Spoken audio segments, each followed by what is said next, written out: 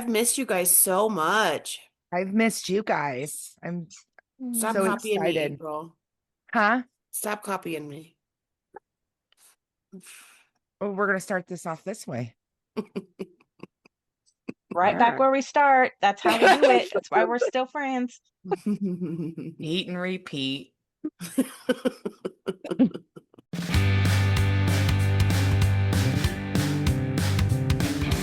Welcome to the Mac Besties podcast, where four besties with over 30 years of friendship invite you to join us on this wild, wonderful journey called life. We're here to celebrate the highs, laugh through the lows, and navigate everything in between.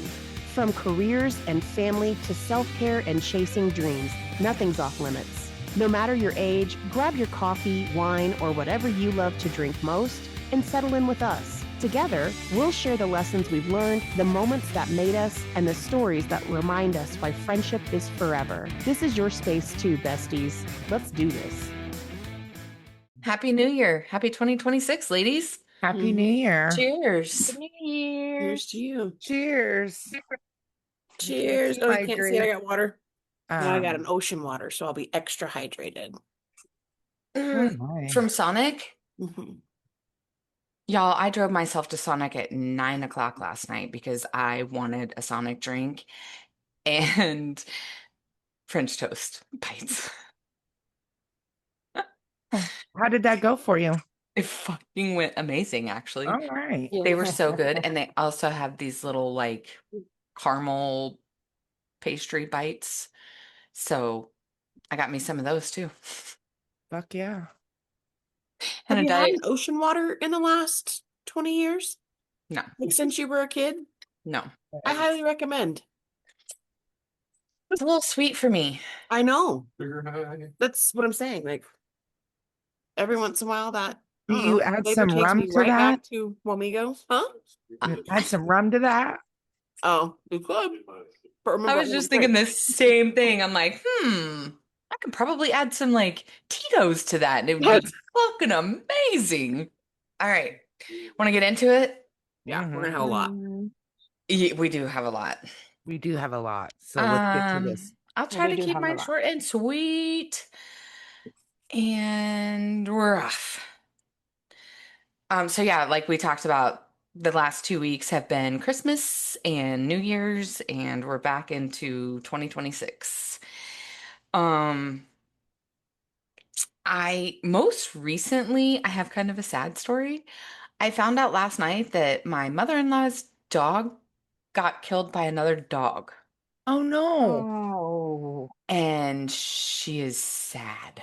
And so, Oh yeah. thoughts and prayers to them and their family, because yeah, it's just a sad situation. Just before Christmas, I became a grandma. December Yeah. 23rd at like 11 o'clock in the morning. Mhm. Um, baby Jamie was born. So he is 2 weeks old yesterday.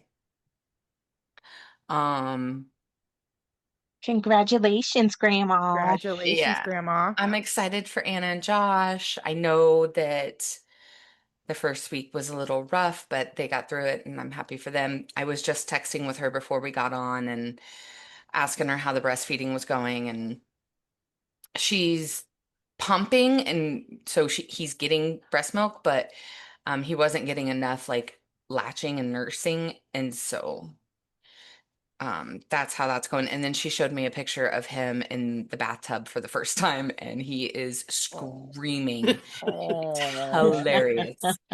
The bath picture is like going to be one of those that you have to keep for like high school graduation because Yes. it's so good. So yeah, then Christmas Eve, I got off work early and I went and saw a movie, and I saw The Housemaid. Mhm. And I talked about Oh. that 2 weeks ago that I Oh. wanted to go see it. And so I took myself and I saw it at like 3 o'clock in the afternoon. It Mhm. was great. I'm gonna go 7 out of 10. They could have done better. Well, Yeah. Hmm. And there was like big parts of it that just didn't get honed in on enough. So, eh. Then Christmas came. We got gifts. I got a really cool bag. Man, I meant to bring it out here. I got a really cool bag from my boss. It looks like a Kansas City Chiefs sweatshirt that was made into just a little handbag. It's Oh, really that cute. sounds super cute. So I'm really excited about that. I also got a chin hair remover machine from my other boss. So I'm Ooh. Is really your excited boss about trying to tell you that. something? No more bearded lady from Meghan. The other really good one was my coworker Heidi, she got me some diamond art. So I've been doing that and I'm obsessed. And I'm just ordered one from Amazon because I finished the one that I got. I got some really good treats from my Mac besties. And I got them all on separate days, so that was fun, so that I could try new things and y'all kept me fed. Um, all the treats were great. Mac besties killed it on treats. Yeah, they did. I made Christmas dinner and ate, and really that was about it. And then New Year's came. I worked until about 10:30, and then I went to the bar and I rang in 2026 with a bunch of random strangers. And it was fantastic. Personally, like there's just a lot of confusion and awkwardness happening. Like we're very much just cohabitating. It does not get talked about at all. We're also not in each other's presence for long amounts of time. So it's awkward. But I'm just doing my best to keep moving forward and figuring out what I'm going to do next and pull that trigger, which is hard to pull. So I have therapy on Friday and I feel like I'm going to feel really good after Good. therapy and be able to like have a clear path and take the next step. You're doing great. Welcome to 2026. I'm at the point where I'm kind of embracing it. I'm like, I knew if I came home, it would be way more sad because he was going to ignore me and I was going to Yeah. be in the same place as him. And that's why I chose to go to the bar and cheers with random strangers at the bar. That's literally it. I wasn't even intoxicated. I was there for like an hour and a half before midnight. So, yeah, Slow. no, I think I'm to the point where I'm kind of looking forward to the divorced era. Are you okay, Kyley? I had to stop there for a second. You're over there dying. I Okay. yeah. Whoa. Oh, What no, happened? what's Sorry, the screen's happening? changed. I know. Well, Crystal's gone. She's puking fire. Kyley, I didn't notice anything was happening. Are you okay? Yes, no, I'm still getting over being, and every once in a while I get that tickle in my throat, and then I hate that. Mm. It's the and I drink water, and freaking worst. And it makes it worse. Yes, you gotta just cough it up, man. Oh shit, man. yeah, it's You that might sit. whatever's been going on for the past two. I'm still got remnants of that, and so Yeah, does everybody I work with that got sick. They have the same. yeah, it's going Everyone around. still kind of got that little cough, and yeah, it just keeps hanging on. I don't know what the hell it was. I don't feel like it was the flu because I never had a fever. I never had the chills, but You had the flu or COVID. It just didn't. Anthony was like, we should have tested ourselves for COVID. And I was like, You have like I've certain had time COVID like period. 4 times and it all felt exactly the same. And this did not feel, except for how tired I was and how tired I was. And my throat was just on. I was for sure Razor I had blades. strep. Yeah. I was for sure I had strep. I kept checking my throat for, white pockets because I just Yeah. knew, and nothing. It was just a little bit red. I'm like, what is this? Welcome back, Crystal. I lost my pin. Oh, well, We that would can't have definitely that. make me go offline. We cannot have that. Also, it's she's not puking fire, Megan. She's tied to a stake, and she's bent over lighting a joint or a cigarette, if you will. Oh, Sorry, what happened that here? looked like fire. She's burning at the stake. We She's Oh, burning at the stake. She's a witch. while smoking. And she's like, if I'm Well, going yeah. down, I'm smoking If this I'm shit. going down, Okay. smoke them if you got this them. just turned PG-13. Oh, Alright. you know this is rated R shit. Come on. Gotcha. Actually, there is Thank a you. 18 plus marker that I put on us. I think that's a We great are not for idea. kids. We are No. not for kids. Are you for kids? No. No. Is there explicit content? Yes. Yes. Fuck. Shit. Damn. Fuck. Edit that. Nope. No kids. So yeah, Kyley, are you better? Okay. All right. Good So gracious. I wanted to Yes. say, April, I have loved watching the TikToks of the dogs. Or not TikToks, excuse me, The snaps. Snapchats. Silo loves going to Aunt Nikki's because he gets to play with cousin Ed, and she's got a huge house, and this damn bitch cooks them fine meals every night. So they get chicken, rice, and veggies, or they get steak, rice, and veggies. Every night they have some sort of gourmet meal. Okay, so Silo, I have to remind him when we get home that shit stays at Aunt Nikki's. That doesn't come home. And Eat your kibble and shut up. eat your dry food and be happy that you're getting fed. Yeah. Cousin Ed doesn't like to share. He's a You know, fatty. he's having, time of his life. He got rescued from a shelter last year in Texas to a family who we just found out only spoke Spanish. So Nikki and I are learning Spanish. Nikki and I are learning Spanish to Oh, talk good. to Eddie. Nikki Oh. and I are learning Spanish. Which has been real fun. I Finicky. think that's great. Finicky. I know that means come here. So I've been learning a little bit of Spanish with cousin Ed. If things are still happening and if we're still planning on coming to Phoenix, which I don't mean to just jump in and completely change the subject, but this is something I've been thinking about is, are we still coming to Phoenix in March? Yeah, And I've been are thinking we about doing that the too. Curiosities Fair? And I was listening to one of our episodes. I have made a decision about something we should do while we're there. We can talk about that later, but maybe that's something else. Like if we just jam pack 48 hours of just all the shit, Curiosities Fair and Candlelight Orchestra. And okay, I'll tell you the thing, it's crash a wedding. I think we should crash a wedding. And I don't think I can do not it. like classless, not classless. Calm, Classy. quiet, sit in the back, go to the wedding, Yes. congratulate the bride and groom. Yes. I can't be calm. I'll be April, oh. you'll do it with me? I'm Yes. already getting anxiety. Same, I still wanna Kylie. do this. I still already want have to. sweaty pits right now I'm thinking about it. Just sweating right now. What is our names?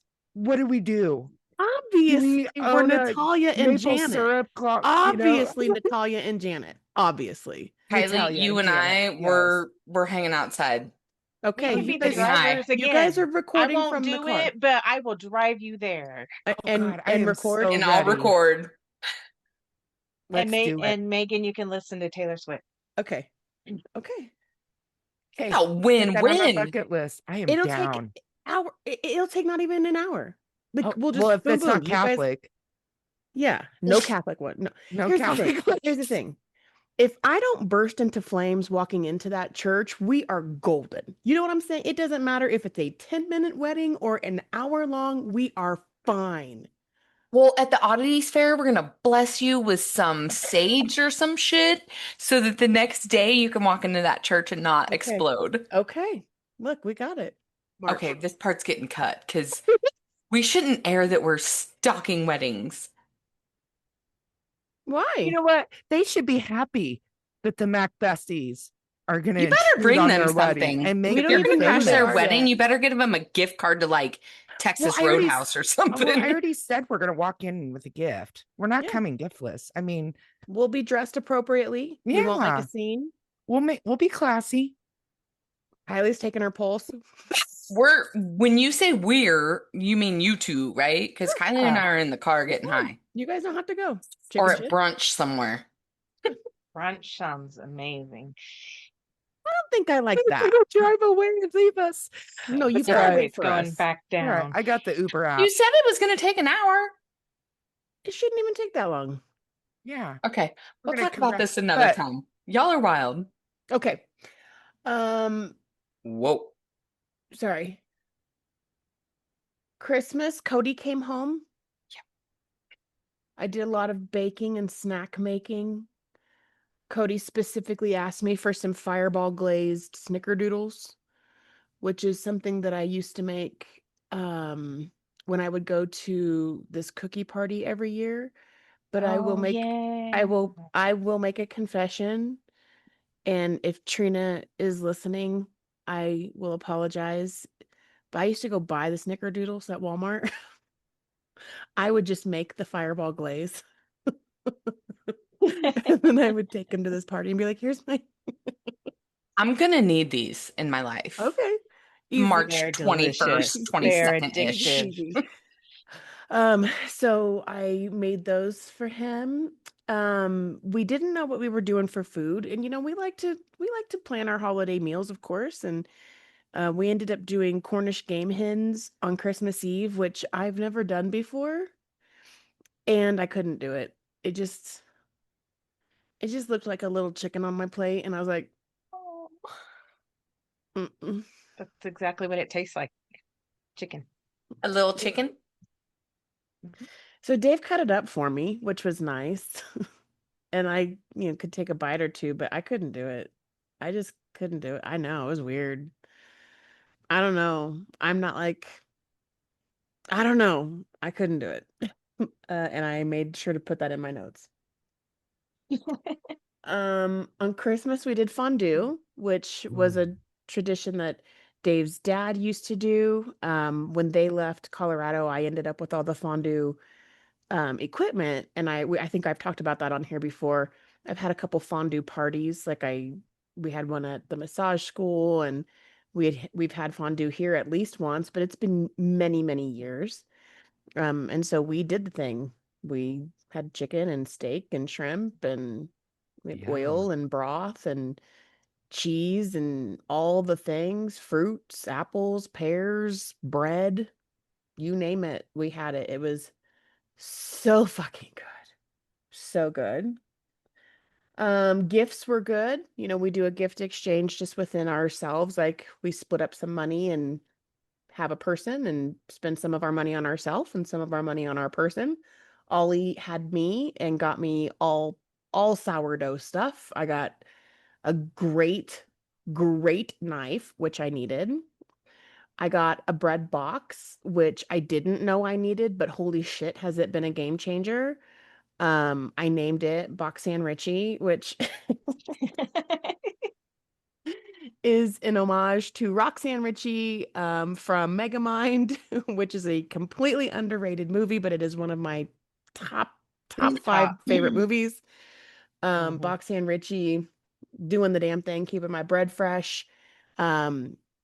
This really amazing like pot holder thing. It's like it's really long. My hands go on the end. It protects my arms from getting Nice. burned. It's so cool. This bamboo thing that you put the bread in, and that shows you where to slice the bread so the slices are even. He did a great job. He had fun. He knew when he got me exactly what he was getting me. He did a great job shopping. I really enjoyed my gifts. Spent the lead up. I have not worked, just FYI, for 2 weeks. Like, have not worked. Didn't have the baby, which we knew was going to be a thing because his Gigi was here. I have not done any Spark or Instacart. Like, I just took a couple weeks off. But Dave and I just kind of hung out on New Year's Eve during the day and like updated our Amazon wish lists and like what did we get for Christmas and what do we still need and shit like that. and I really need a laptop. Like my laptop is hanging in there, but like the back isn't, it kind of flops.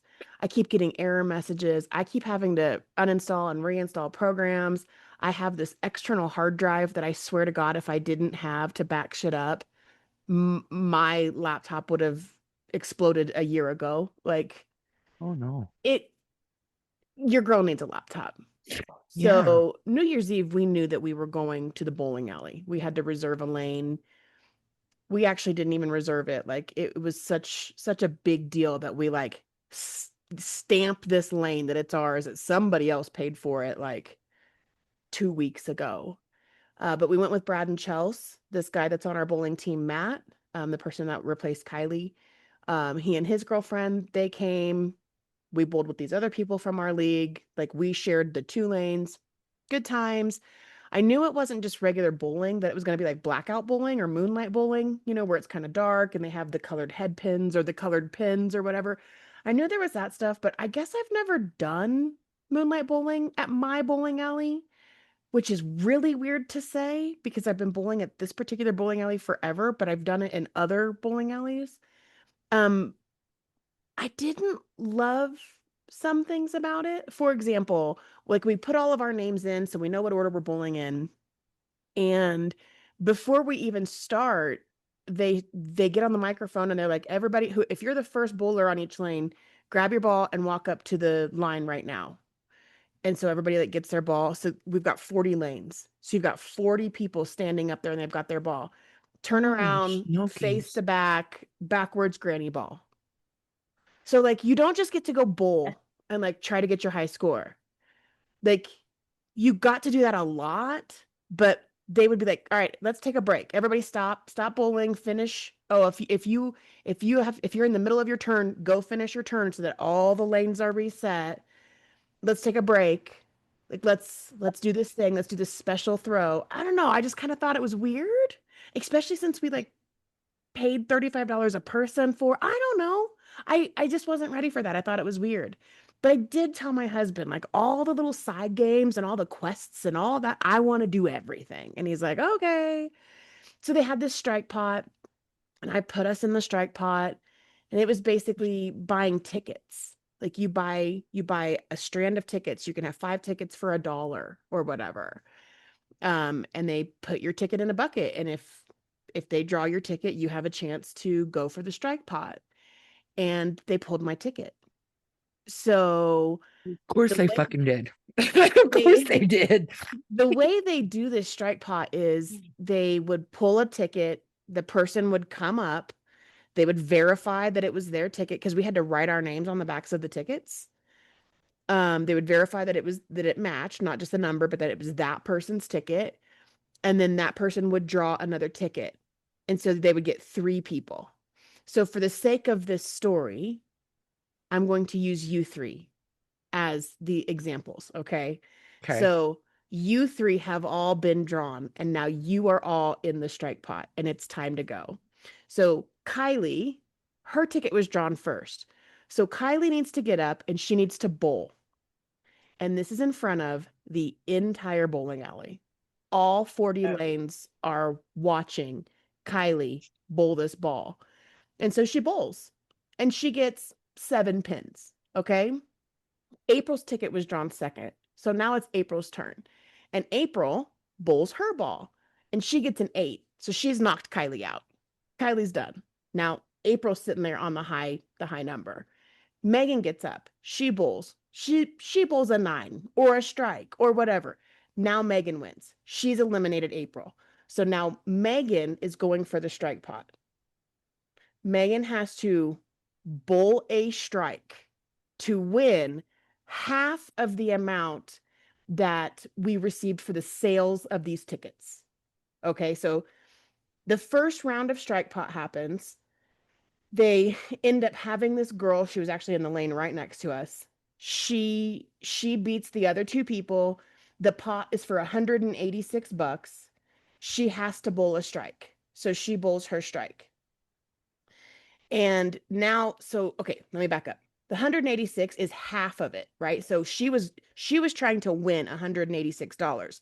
How much they sold in tickets was double that amount. Okay.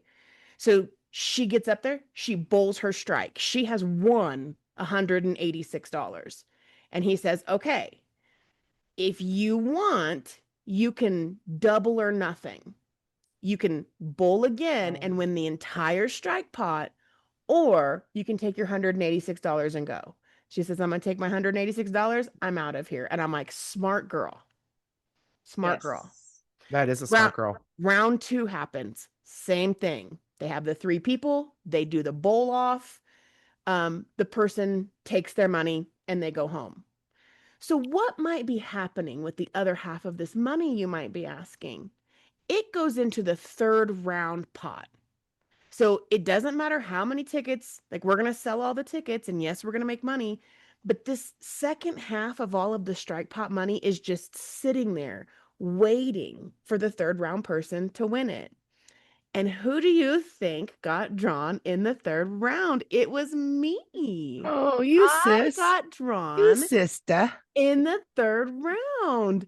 And it's funny. I really wish I had been recording because I was talking so much shit. Of course you were. So much shit. I'm like, where's all the girls in this? Like, we saw one girl in round 1, and of course she won. But where's all? Well, it's the fucking bowling alley. It's a goddamn sausage fest. Of course, it's a bunch of dudes. But I'm just talking all this trash, like in my lane. And then they draw my fucking number, and I'm like, oh, there's the female representation. There it is. Here she comes. And I'm instantly America. like, I'm shaking. And, I'm pretty cool under pressure. I'm shaking. I'm shitting myself. I'm just like, oh, fuck. And I'm like walking up to the front. And the guy's like, is it you? And I'm like, yeah. He's like, is it you? And I'm like, yeah. And he's like, okay, draw a ticket. So I draw the 3rd person. It's another dude. Whatever. It's go time. So we bowl. First guy throws his ball. I think he threw a 9. I bowled a 9. The next guy goes, he bowls a 6. Right? So now it's me and this other dude. Other guy goes, he bowls an 8. I throw a strike. So now it's me. And it's only me. And so now I have to bowl for the strike pot. Again, in front of easily 200 people. What I didn't tell you was when you're going for the strike pot, you don't get to do it on your lane. Like he tells you, okay, pick between lanes 23 and 32. And okay, I'll take lane 27 or whatever. You know what I mean? Like, just because I guess the added extra element, I don't know. But my point is I'm not bowling in front of my people that I've been with all night, right? So I pick my lane and I go down and I literally said, Mama needs a laptop. Like, Mama needs a laptop. And I was bowling for the one half of what I was bowling for was $458.50. Nice. And I got up and I threw a strike. Nice. And I won $458.50. That's fucking awesome. That is so awesome. When he asked me, like, do you want to bowl? Do you want to double or nothing? I turned around and my husband's like, absolutely not. No. We had just put the laptop on the wish list that day. Like, we had just done that. And it was like $407 or something. You know what I'm saying? Like, that's fucking awesome, sis. And I was like, nope, I'll take my money. Thank you very much. So that's how I started my new year. I was sober. I was the DD. I was really kind of put off by how weird the bowling was. And then I didn't fucking care anymore because I was $458 richer.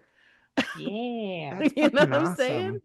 But we too came home and stayed up until 3 o'clock in the morning. I mean, we were adrenaline high. You know what I'm saying? Like, we were on a high. It was really great. They ended up having to keep drawing tickets for people to claim that other half of the, the $458 or whatever. And it took about an hour and a half. We didn't get to bowl after that. Like, we spent the rest of the night drawing tickets and watching these people not get strikes. Oh, that sucks. It was crazy. That is, I guess I should say I did start back at work this week. Monday I had Prince. Yesterday I did Spark. I went in, was with Prince for a couple of hours this morning. His dad is back, which is really exciting. But they're not going to need me as much. So I ended up only working for a couple of hours, had every intention of coming home and changing into, I had my slides on, changing into some more appropriate shoes and going back out and making some money. And instead I took a nap.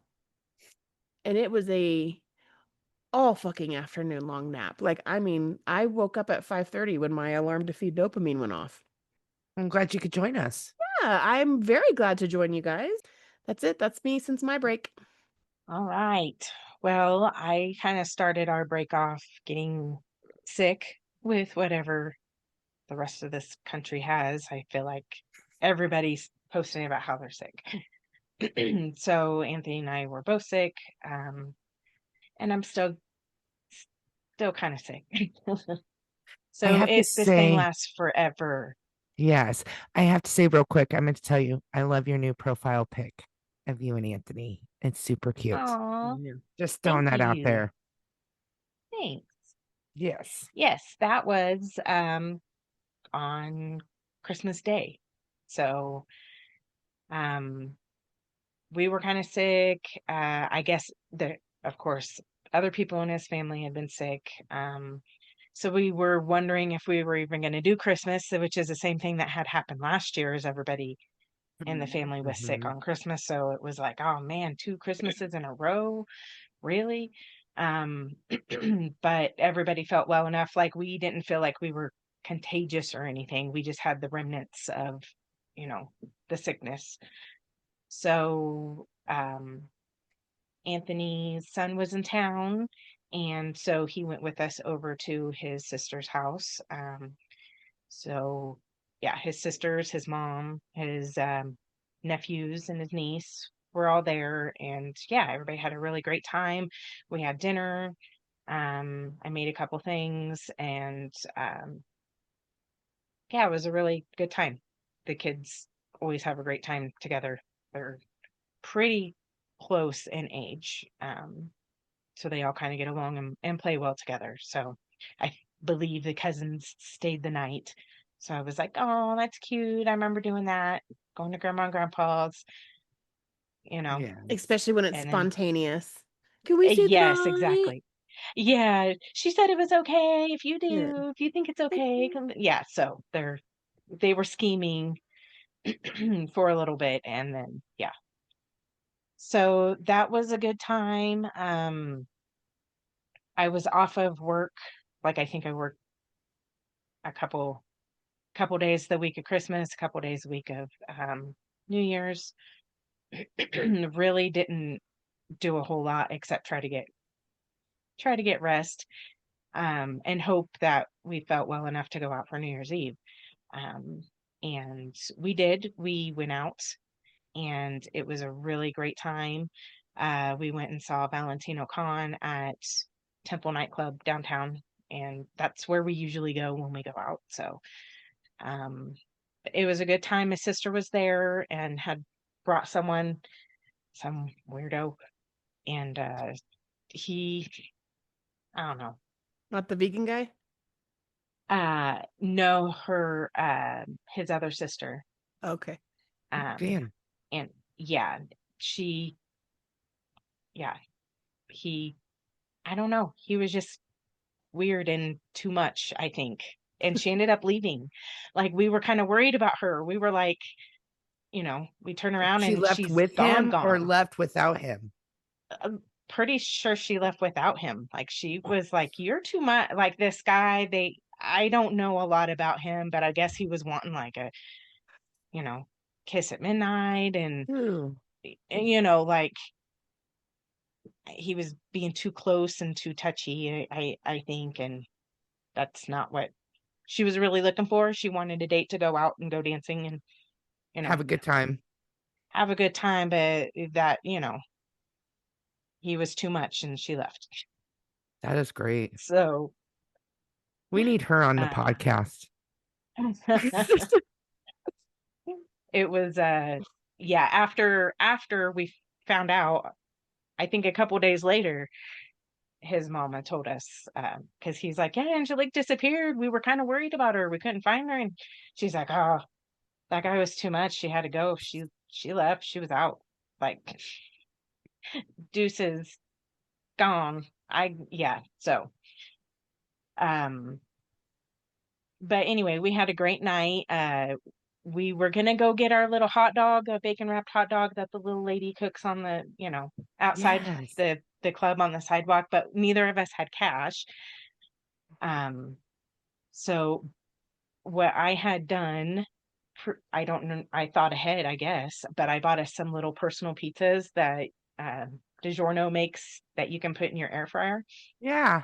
So Look at yeah, you. I bought us, two, we each got a DiGiorno pizza. You're so So that when cute. we came home, we would have something to eat. Yeah. And so yeah, You're that planning worked out. ahead. But in order to get from the club home, Oh God. we were of course going to try to take an Uber, and it was like $50-$60. And that was like, just, it's literally 2-3 miles. Yeah. So You guys we're walked going to it? take scooters Oh. like we normally do when we come back from, usually we'll leave a car, but we Ubered down there because it was $12 at the time when we left there to go there. Well, they didn't have any scooters, and the scooters they did have was Bird, and I don't have a Bird app, or I was not in the state to set up any apps. So Anthony loves the Lime bikes. Get on the bike. I fucking hate riding bikes. I hate bikes. I'm just not a scooter. I'm a scooter girl all day long. I didn't want to ride a bike, but every damn scooter was, didn't have an app for it. So I ended up on a bike, and I'd never been on one of the bikes before.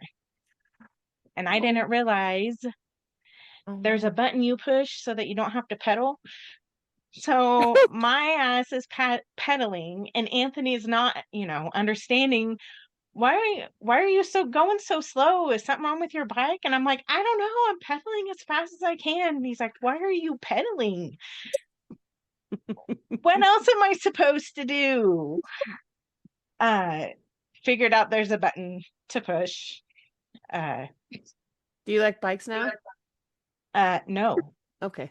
I don't. I have 3 bruises to prove because Oh. I ended up. So we were, I cannot remember. I think it's Clear Creek Trail, Clear Creek Trail, and it goes by the Platte. And this is where we go through downtown, and then head up by the aquarium. Well, right before we get to the aquarium, we have to cross the street to get into the bike lane, and I'm trying to turn my bike, and it's not turning, or at least not fast enough. And anyway, I hit the curb and I fall off the bike. And Anthony's like, of course, mad at him. So I should have known that you didn't need to be riding these bikes. Like, he's like, I kept calling for you. He's like, I was on Muchos, you okay? And I'm like, he's like, you're not answering. And I stop and I see you a little ways away, laying in the grass with the bicycle on top of you. Yeah, so I have a big old bruise one leg, and then on the other knee. It didn't hurt at the time, and I wasn't sore. That's the first thing he asked me when he got up the next morning. He was, are you sore? Oh my God. No, I just got these bruises. Oh, That'll be here for like 3 months, I'm sure, because that's how long my bruises seem to last. But then the bike did not make it after that. I think I rode it for another block or 2, and then it quit on me.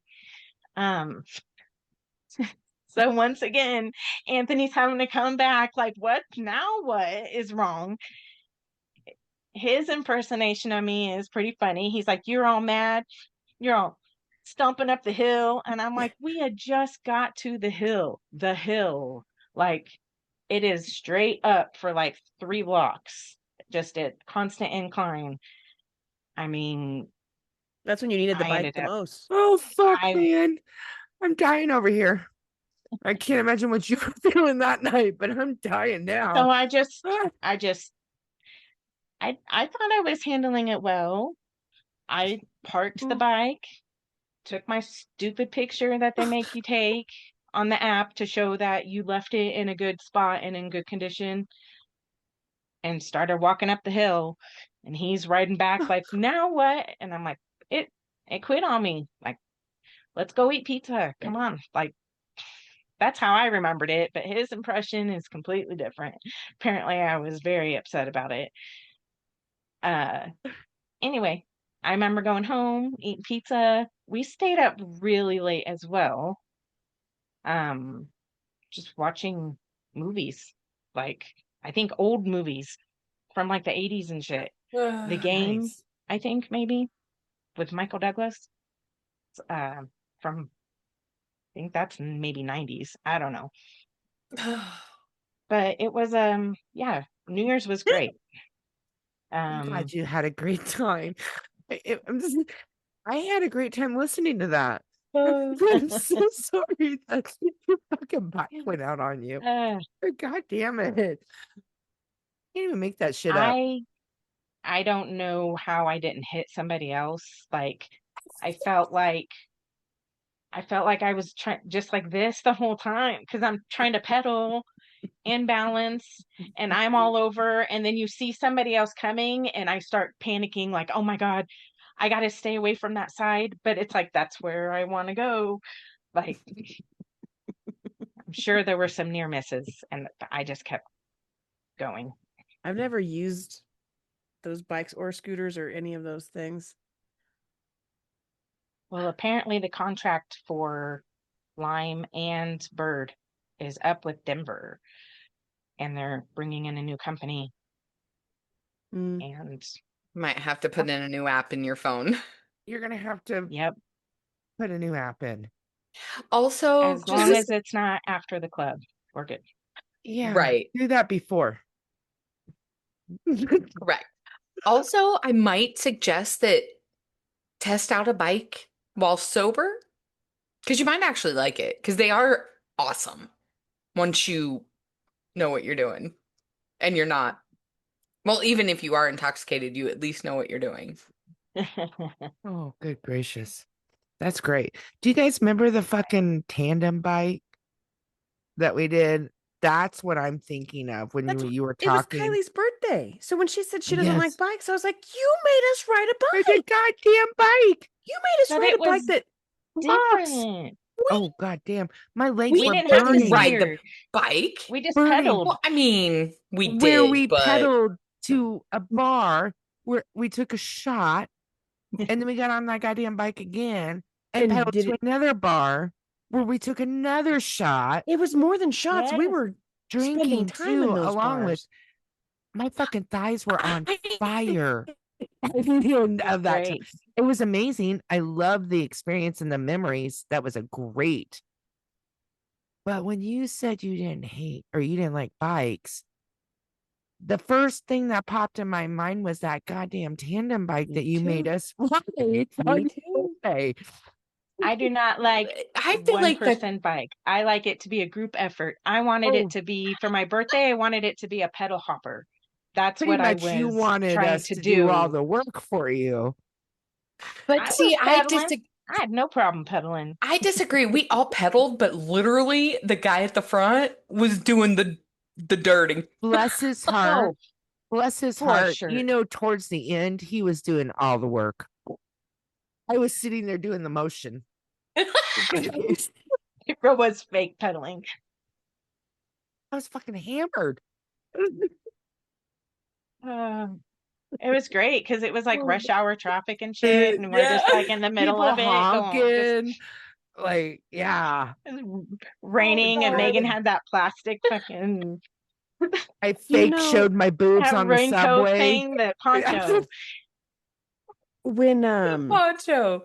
when we released our God. podcast and asked our friends and families to go follow us and subscribe and like us and do the thing, Dave came to me and he said, "Did you know that I already had a YouTube account?" And I was like, I don't know. I mean, if you have a Google, you have YouTube. And he It's goes, got yes. "No, I need you to see this." Oh shit. And he showed me a video that I believe was titled "On the Hunt." Yes. And it was like, imagine Steve Irwin describing animals out chasing their prey, except for we were the predators at a bar in Denver, hoisted, and he was doing play-by-play. Yes. Kyley approaches Steve- from the right. She's got her sights set on the man in the yellow shirt. Yep. I remember. I said, "Babe, Insert now. We're about to stalk the local prey of the Serengeti. Here we go. Yeah, April's ready. Kylie's ready. Megan's already off on the run. Crystal's ready. Yep. Now let's go stalk.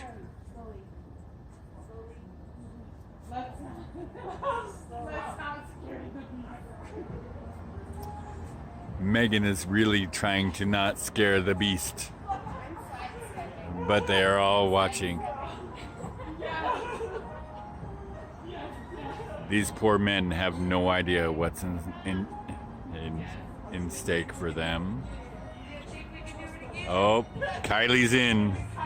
Kyley is in. Oh no, Megan's trying to move in slowly.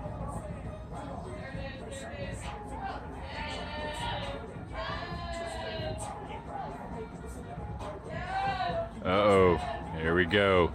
We're there.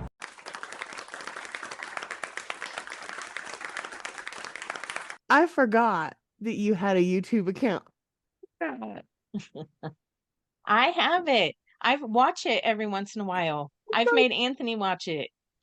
I like, need what that the sent to me. fuck? Is this what white people do? I said, yes. Yes. This is what white girls do. Yep. Fun is free. We don't have to. It is. And we have fun all the time, wherever we are. So The bar we is low. need some fucking invites to these high class events in California, New York, because that's how We- cool we are. 40-year-old women on the hunt in a bar? You think they're going to invite us? Was Lisa? so fun. They don't want They us should. Anywho, okay. We are We're getting at, old. updates. Meganja. Meghan. Do you have a Brett in your hair, by the way? Here's a clip. Yeah, it's like a little. It's super It was cute. in my face, and I didn't want to tuck it behind my ears, so I was trying to figure out what that was in your hair. yeah, it's just a little clip. I just have a couple follow-ups. I wanted to say that I indeed had to get a new battery for my car. After a couple times of it just kind of not wanting to start, I finally took myself to AutoZone. Good girl. And I'm proud of myself because I kind of did it all by myself. Good girl. Took myself to AutoZone, gave him my information. He went out, tested the battery. The battery itself was okay. Like the charge was okay, which is why Patrick was like, "No, you're good. You're charged." But there was a faulty connection. Battery was under warranty. They had a battery for me at the other store, so I drove to the other store, popped my hood. He ratcheted some shit inside, put the new battery in, sent me on my way. I am good to go. Nice. Yay. $0 spent. Yay.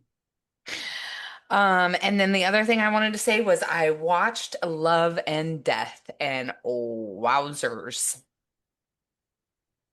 It's good, huh? So What's good. Love and Death? And you know what's funny? Oh. I'll get there. Oh, What's funny is that I literally rewatched our episode from 2 weeks ago, Mm-hmm. and you had talked about it. I had not seen it at that point, and when I did see it, I had forgotten that you had talked about it. I'm not gonna lie. And then when I heard you talking about it, I was like, oh shit, I just watched that. Mm-hmm. It's so good. Mm-hmm. Bizarro. Like Mm-hmm. Mm, Candy, I do believe she acted in self-defense. I do Mm-hmm. believe that I can't Beth Bonnie. Bonnie. Bonnie Betty. Betty. Betty Betty. was Delulu and had some issues, Postpartum. and yes, was probably going to kill Candy if Candy didn't kill her, but Here, kill her. the stuff she did afterwards, like one thing that sticks out in my head was that she had found out that her flip-flops had made imprints, and she spent like an entire night cutting up different flip-flops and inserting them into the flip-flop, like so that they wouldn't match. And just I think she did it in a psychosis, like she didn't know. The whole shh by her mom, Mm. Mm-hmm. that was crazy. And Mm-hmm. so I do believe that I don't think she went over there obviously to intend to Mm-hmm. kill her, because she did not take the axe. And Mm-hmm. I do believe that Betty or Bonnie or whatever Betty. intended to kill her. Mm-hmm. Yeah. Yeah. I agree. I Um, did watch it that. was wild. Mm. Fucking mind fucking. That's what it was. Yeah. Mind fucking. Sure. I I watched just it too while I was on my treadmill, and I was just did like, you guys love like the hairstyles and the yes, costumes and the yes, cars and like yes, the hotel side? And I was just like, it was so cool. I also yes, was just kind of yes. like, The hotel. Yeah, as they were leaving town Mm-hmm. and they focused in on the hotel, I was just like, yeah. yeah, I kind of love that she was very kind of nonchalant, and they like, let's just hook up. And they made the arrangement and they made the agreement. And I felt like she got a little cray after he broke it off, but then she figured it out. And so the fact that that's how it ended is just kind of mind-blowing, because it didn't have to end that way, and it only ended that way because Betty went and got an axe out of her garage. Yeah. Yeah. Did you And it feel Yeah. bad for backfired. Alan at the end? No, I did. Absolutely. no, I did, and then I I wondered did, why I because did. I mean, I felt no. like I felt bad for him because, Well, well, he lost his wife and he lost, but I feel, mm, I don't know. I he just, I, he, eh, he, he participated in the whole but thing. I think yeah, but he I broke it think off when that's he was supposed to break it off, well, which I like. even how it started for him, he was just some guy. And if it really happened the way that the movie portrayed it happening, like at the volleyball game, he was in a robotic and cold marriage. And I'm sure he loved his wife, but I don't think there was any happiness or joy. I think there were children and there was an Mhm. attempt for a child, or there was the daughter and, Yeah, that whole thing where I tried to tell you guys like that scene was weird as fuck. Like when they were like trying to have the baby or whatever. it Uh, was. but he didn't ask for it. He didn't ask to be in this relationship. He didn't put his eyes on Candy Montgomery and like, ooh, she's hot. He he just helped her up and she decided he was her guy and Hmm. was just like, hey, do you want to do this thing? He was completely blindsided.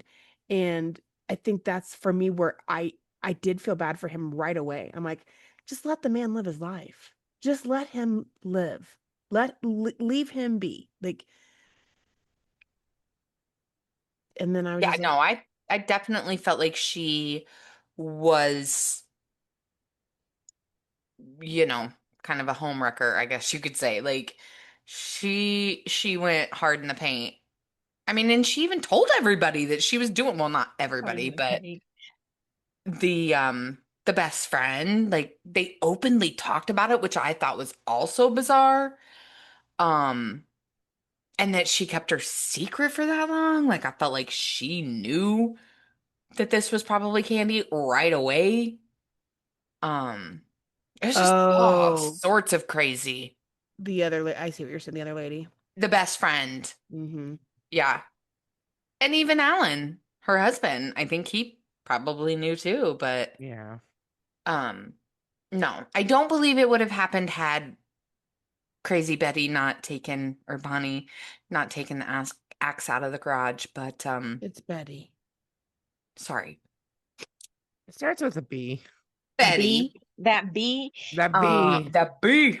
The B. But man, all the things after just Yeah, I agree. I watched bananas. it too over break, and it made me. Yeah. I almost walked off the side of my treadmill. I think a couple times. Yeah. That I couldn't believe. But yes, definitely love the 70s hairstyle, outfits. I It was love a that. good one. Yeah, it was a good. Do you got any updates, April?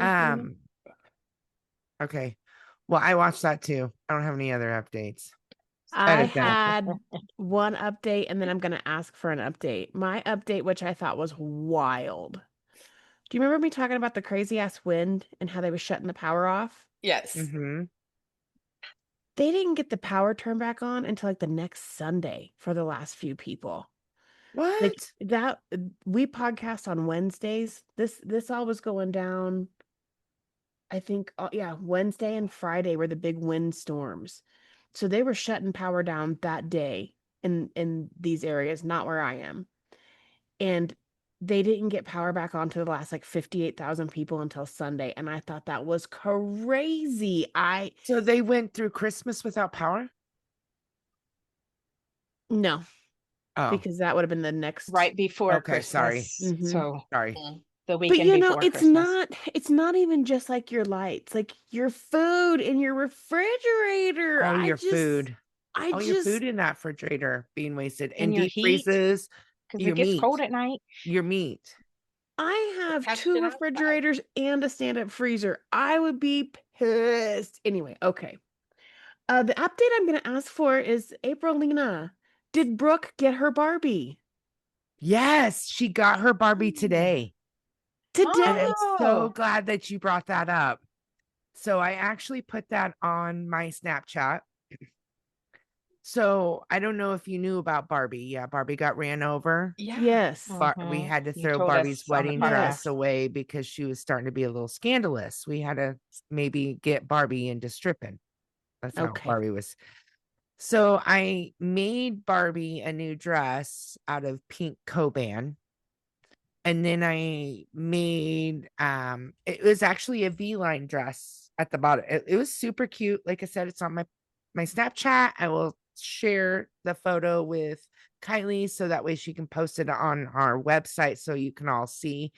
I put Barbie's hair in a bun and then matched it with pink Coban. She had pink earrings and a pink ring. You see it? Yeah, you like that? And Brooke loved it. So I haven't seen Brooke in 2 weeks.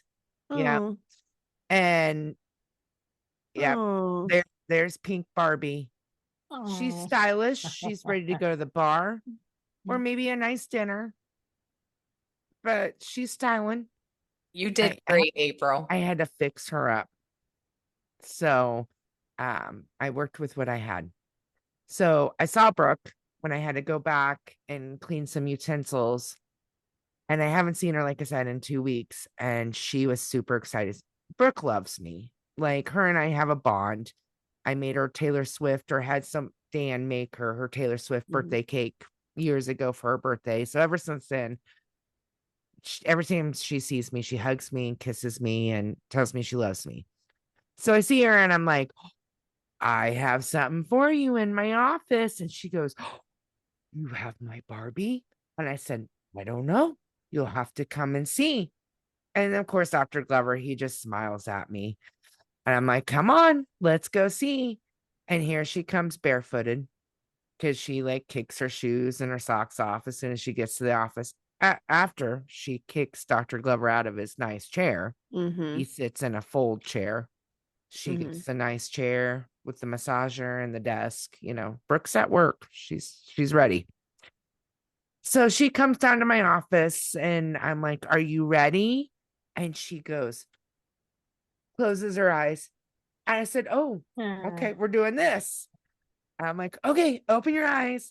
She goes, oh, 104. And I said, 104. She goes, I have 104 Barbies now. All right. Wow. There you go. I said, do you like her dress? And she goes, uh. And I said, yeah, it may be a little scandalous for you, Brooke, but I was figuring you may have some other clothes at home for her. And she goes, I fix when I get home. And I said, I figured, but I did the best that I could for you because the wedding dress got a little dirty and I just couldn't give her to you like that. And she goes, okay. So then she's excited. She's dancing down the hallway with Barbie. And then about an hour later, Dr. Glover comes and he goes, you made her day. And I said, I'm so glad. You know, I've been waiting to give this Barbie to her. She's been giving me a hard time about it. And then I felt bad that Barbie got ran over in the parking lot. So then I had to fix Barbie. And he started laughing. He goes, you really made her day. I really appreciate it. And I said, oh, it's nothing. He goes, well, you do know that she's got 104 Barbies now. And I said, oh, I know. She told me. And we may work on 105. Let's see. It's the beginning of the year. Yeah. And he just smiled at me. He goes, you're really sweet. And I said, I love Brooke. And so, yeah. But yeah, she got her Barbie today. Good. Yes. It makes me feel good. And I love it. And she tells me all the time, I love you. And I'm like, I love you too, Brooke. Even though she tells me that my shred bucket is really heavy. And then she took my fucking shred bucket today and made me go find it. Oh, after I gave her Barbie. Right. She thought it was funny. Brooke's just being Brooke, man. She was. She goes, you go find it. I said, I need my shred bucket. And she goes, you go find it. I said, okay, I go find it. I found it. It was in the nurse practitioner's office. I've learned to mark my materials in my office because they will venture off and I need to find them again. It's not my first rodeo. You got any updates, Crystal? That was mine. Oh yeah. Kyley. Kyley. I do have an update on the 12-car crash from Las Vegas. The one that involved Jose Gutierrez. He's accused of driving into a line of stopped cars at Cheyenne Avenue and Jones Boulevard in Las Vegas. That happened November 18th, leading to a massive 12-car collision that killed 3 people, including his girlfriend. She was also pregnant at the time. Well, Jose Gutierrez has formally pleaded not guilty to all charges, including murder, reckless driving, attempted murder, and battery in connection with the 12 vehicle crash. They requested a trial date of May 18th, and the next pre-trial hearing is scheduled for March 4th. But prosecutors have decided not to pursue the death penalty. They brought that up in this last hearing. So I don't know if there'll be any updates until March, but if there is, I'll let you know. So they decided against the death penalty? Yes. Why? Evidence. Probably an easier case to get a conviction. But an unborn child. And Like, 3 other adults. people. Yeah, like innocent bystanders. I don't think that matters. It matters the level of intention. Yeah. Is how the degrees work. Like a first degree murder is a plotted out, thought out, planned.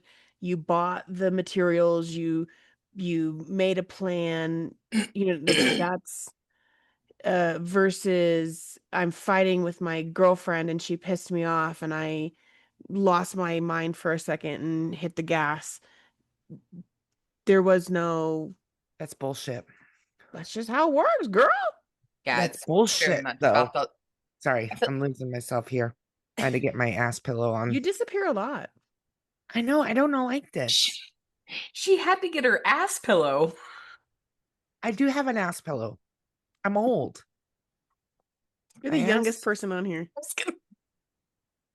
I'm trying to plump this ass up, but it hurts on this metal chair. Alrighty. All right, we need to move on. For my ass. March. We're looking for an update in March. In March. Oh, yes. Kyley. Oh, yes. Sorry. I mean, had to it's get just back to it. basically, it's Good going through the update, process. Kyley. Good update. You nailed it. It's going through the legal process. All right, current events. I'm sure nobody will be surprised that my current event is the Say it. Minnesota Somali child care scandal. Dun, The dun, what? dun. The Minnesota Somali child care scandal. Oh, I haven't heard that. I thought I you were thought going to you were say going to talk something about else, what but happened today. yeah, I in mean, there's been a Minnesota. lot going on. There is a lot of going on in Minnesota, and just- that's There fucking is. scary. Kind of went back. Yeah, that happened in Minnesota today too. I figured somebody else might take that on. And Oh, I have something else. I made my notes like yesterday, so I don't know. I just think it's hard to know what's real and what's not real.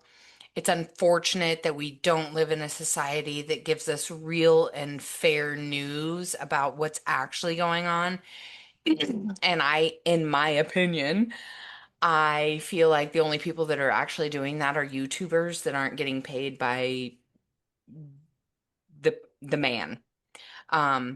Either way, it doesn't matter which way you lean. The Democrats have their news medias and the Republicans have their news medias, and we just don't get a real story until we see on the grounds, boots on the grounds. And I feel like that's really sad and unfortunate. The Minnesota Somali childcare scandal doesn't affect me personally in any way, shape, or form. I don't live in the state of Minnesota. I don't have children in childcare. I do pay taxes, but my taxes obviously are in the state, but also federal, and that's federal money that's going. And I guess in my opinion, I'm just looking for more maybe oversight of where federal money is going and how it's being handled. And I do not disagree with childcare subsidies by any means. I think they're helpful and it's where we need to be because we want people in the workforce and childcare needs to be affordable and subsidized by the federal government so we can get people and moms and dads in the workforce and giving back to the economy. So I do agree with those. I just think there needs to be some oversight and our government is failing us in that way. And I think if this scandal is to be true or believed, this is a huge issue. And it's not just in Minnesota, as we've found out over the last couple weeks. I just think it's really important that we continue these programs and that they're done properly and that there is some oversight and some Well, for you just can't let this be happening. I don't care if it's a Somali immigrant. I don't care if it's the white woman. I don't care if it's the black woman. I don't care if it's the Asian woman or childcare facility. I don't know why I said woman. I just did. There's got to be oversight. You got to make sure that it's not just going in somebody's pocket. And it's just really, really sad because I just feel like our political system is really suffering currently with oversight and how things are being handled. So that's For my those comment. maybe that don't know, what is the scandal? Like, Oh, I'm sorry. The scandal is that there are Somali-run daycares in Minnesota that don't actually have children attending. A YouTuber went in and was kind of trying to investigate, like, where are the kids? They were met with some pushback. There's a lot of misinformation or correct information about, was it actually opened at the time? Was it not open at the time? It just seems very fishy that, like, it's like a commercial building that has like all these little pods that are supposed to be childcare centers.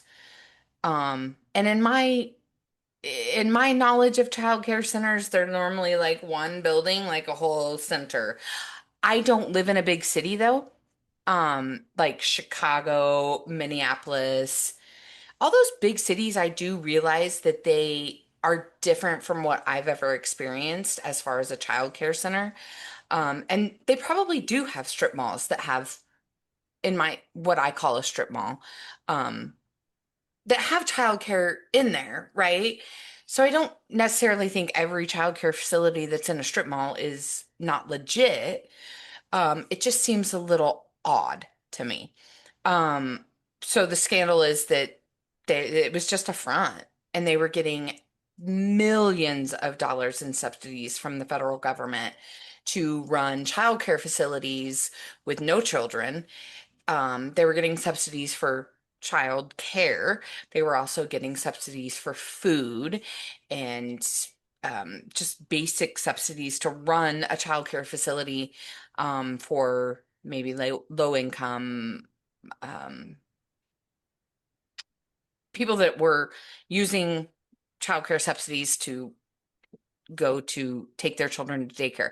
But in what he's showing, what this YouTuber showed was that there were no children attending this place. You couldn't walk in and ask for a tour. You couldn't walk in and ask to like register your child on a wait list or register your child to get in. Like there was nothing going on in these I don't want to get exaggerant and I don't know all the So how numbers. did they come across them not having, like, sorry, why do I keep disappearing? We need to work on You this just keep background. leaning too far left I guess so. or right. You don't Oh, like might be your anything. lighting too. If you have lighting that's bright behind you, I don't.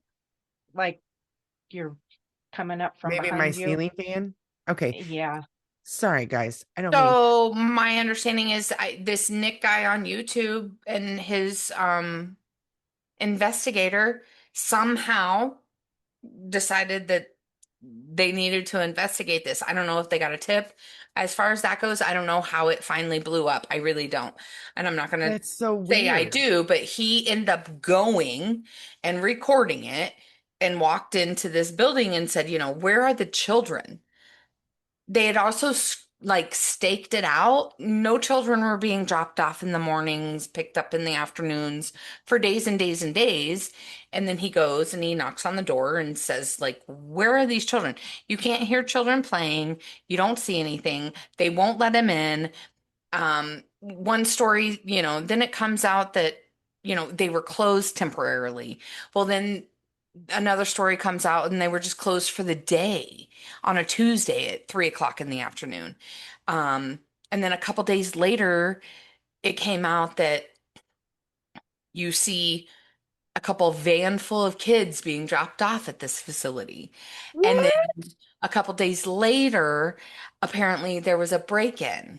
And the only thing that they stole were the checkbook and the children's records and anything that might be able to prove that it was a legit business is now broken into. And of course, it was broken into by the YouTuber that,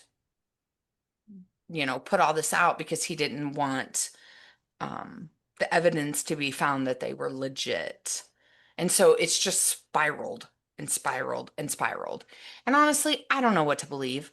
I think there probably are a handful of legitimate owned private daycares run by non-American citizens. Um, However, I do believe there's a big problem going on, probably across the entire country, of scammers. They are Well, scammers. yeah. They are here and they are scamming our American government, and they have found ways to do it. Well, yeah. And I think they got caught. Fuck yeah. They're trying to scam us, so why wouldn't they scam our fucking government? Fuckers. Wow. So it's been a big deal. And I don't know. I guess I'm just curious where it's going to go. I do feel bad because I know that basically the federal government's like, okay, well, we're going to just stop funding to everybody in the United States until we figure it out, which is kind of sad because there are so many legitimate Yeah. places that need that funding and parents that need that funding. Um, and I don't believe that it's all those places or those parents. It unfortunately, in my opinion, I feel like it's very high. And until you take that down, it's going to continue. And that's all I want to say about that. I have purposely avoided reading anything about that uh, because the very first thing I saw said Somali and there was a picture of a white woman, and I said I'm not even going there. I've purposely done some trolling like I've talked about and like poked at some racist comments and some, articles and shit and, had some fun there, but I'm not, I don't know anything about it. Haven't read anything about it. Don't want to. Don't care. I don't know if we want to go around the table and like other people, if anybody else has anything to say about it, they can, but I got nothing on it. I was just going to talk about the Venezuela's president and how we went in and captured him. That was my update. I don't know if you want to talk about it. You want to do a little into that one? That was about it. dark. Talk about it. Yeah.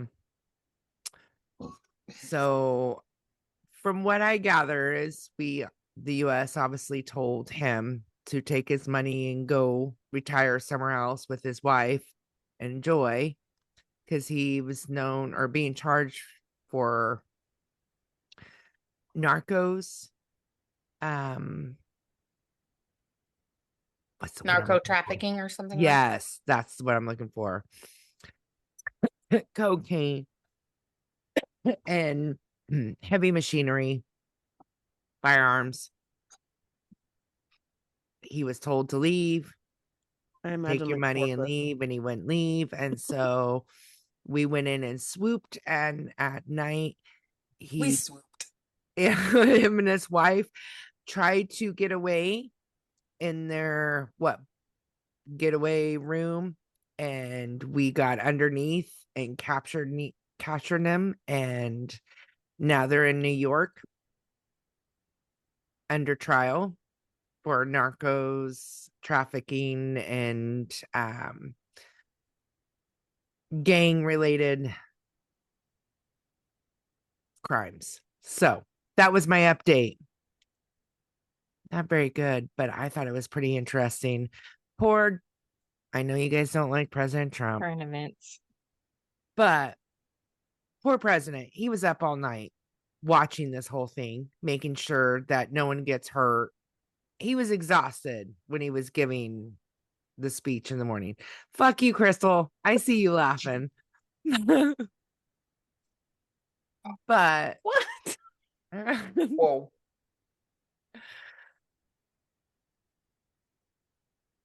it was it was an eventful thing, and I'm glad it happened. It needed to happen. What the hell, man? It did. The right way. That's all. That was.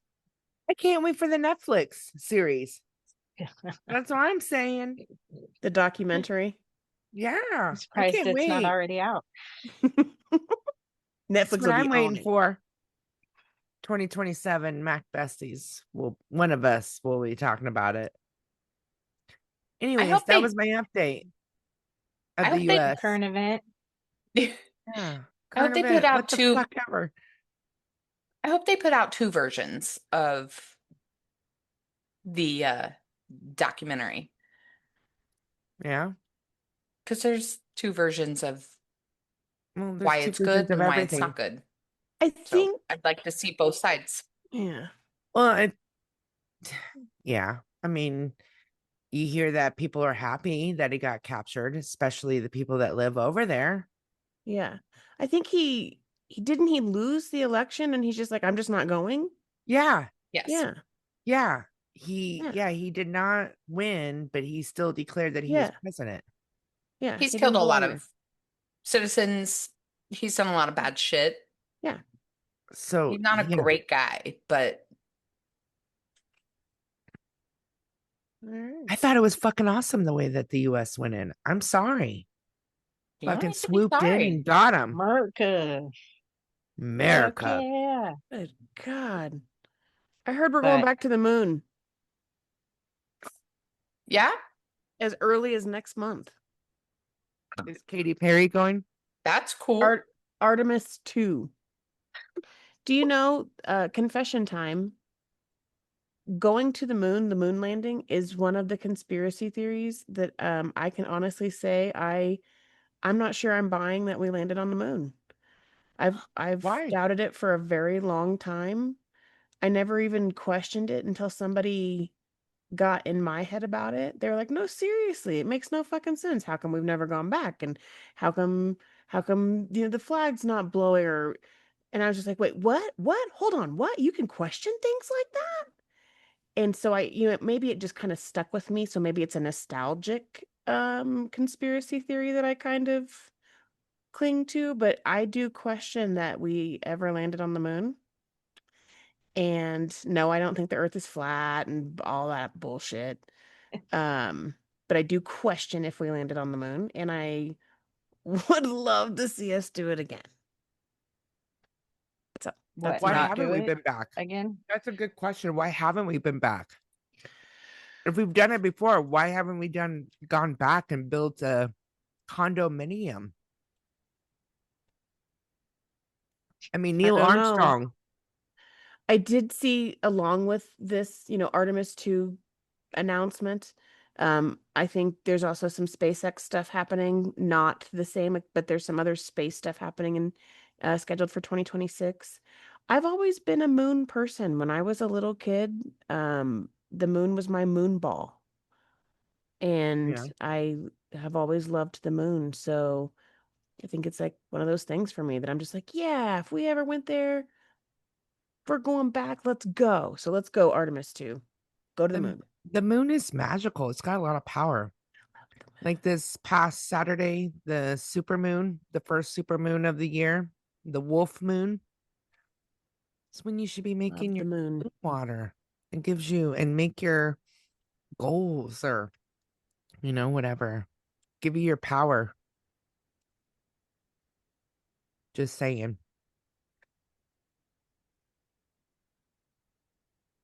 Kyley, what you got? Can I just give a little backup information since you guys had asked some questions? Yes. Basically, what I've seen is, or what AI tells me, we haven't been back to the moon since 1972, primarily due to immense cost, shifting political priorities after winning the space race, and the focus shifting to other space scientific endeavors like space shuttle and Mars. Though current programs like Artemis aim to return humans to the lunar surface, with new goals, like establishing a long-term presence and preparing for Mars missions. Oh, we Now- just won so fucking hard. It costs too much to win again. Right, like that's basically what I was gonna say. Now, that does not explain why we've never been back. because we've spent a lot of money on a lot of bullshit since then. Meghan, we already But won. We don't need to win again. so that doesn't help with the conspiracy. Costs too much money to win again. It doesn't help with the conspiracy. And We've already done it. Why do you want us to do it again? like honestly, I feel like back in that time, maybe they just needed something and the government gave it to them, right? Like we landed on the moon. Look at us. We're so cool. So I don't know how I feel about it. I've heard the conspiracies. I've never done a lot of research on it, but I don't necessarily think that you're wrong. Like there is a good question as to if we know we can go there, why have we never been back? Yeah. So yeah, I'm excited for Artemis too. Thank you for sharing. Mm-hmm. And I like that name. Artemis too. Okay, sorry. Kyley, what you got? I thought it was Monday, maybe yesterday. Anyway, I had seen that ICE was supposed to be going to Minnesota to do, their crackdown or whatever that they've been ordered to do. And they were booked at the Hilton. And this particular Hilton, when one of the, agents or whoever called in about the reservation and said who they were, with their title and everything, and they're called to confirm the reservation for all their people. And the guy's like, "Oh, you're with ICE." Well, actually, all of those reservations have been canceled. So they canceled all of the reservations for all of these members of ICE. And so, of course, everybody was all, "Yay, Hilton. We had no idea you had it in you." Like, finally, another corporation standing up to the government, just everybody was raving. Well, then it must have been Monday that I saw that. And then Tuesday, I had an update show up about how the actual Hilton corporation was like, actually, that's against our policies. We don't exclude or discriminate against anybody. And we will be reaching out to that particular, but it was just a franchise location. Mm-hmm. So now everybody's trying to cancel them. So I thought it was, humorous or whatever. These little, the little Google stories. But then I just found it ironic on how fast that changes from being a little humorous to how serious all this is with what happened today, with the ICE agents, unaliving and someone. And the video is everywhere. It's crazy that it's still up. Like I figured that would be something that social media would be like, no, It's you can't, horrible. you're either canceled or suspended or, we're pulling the video. But I checked right before we got on here and saw that there was still stuff posted, and it's not as they say. This was obviously a scared person who was just trying to get away. They said that she was using her vehicle as a weapon, and that this ICE official she was trying to get away for her safety.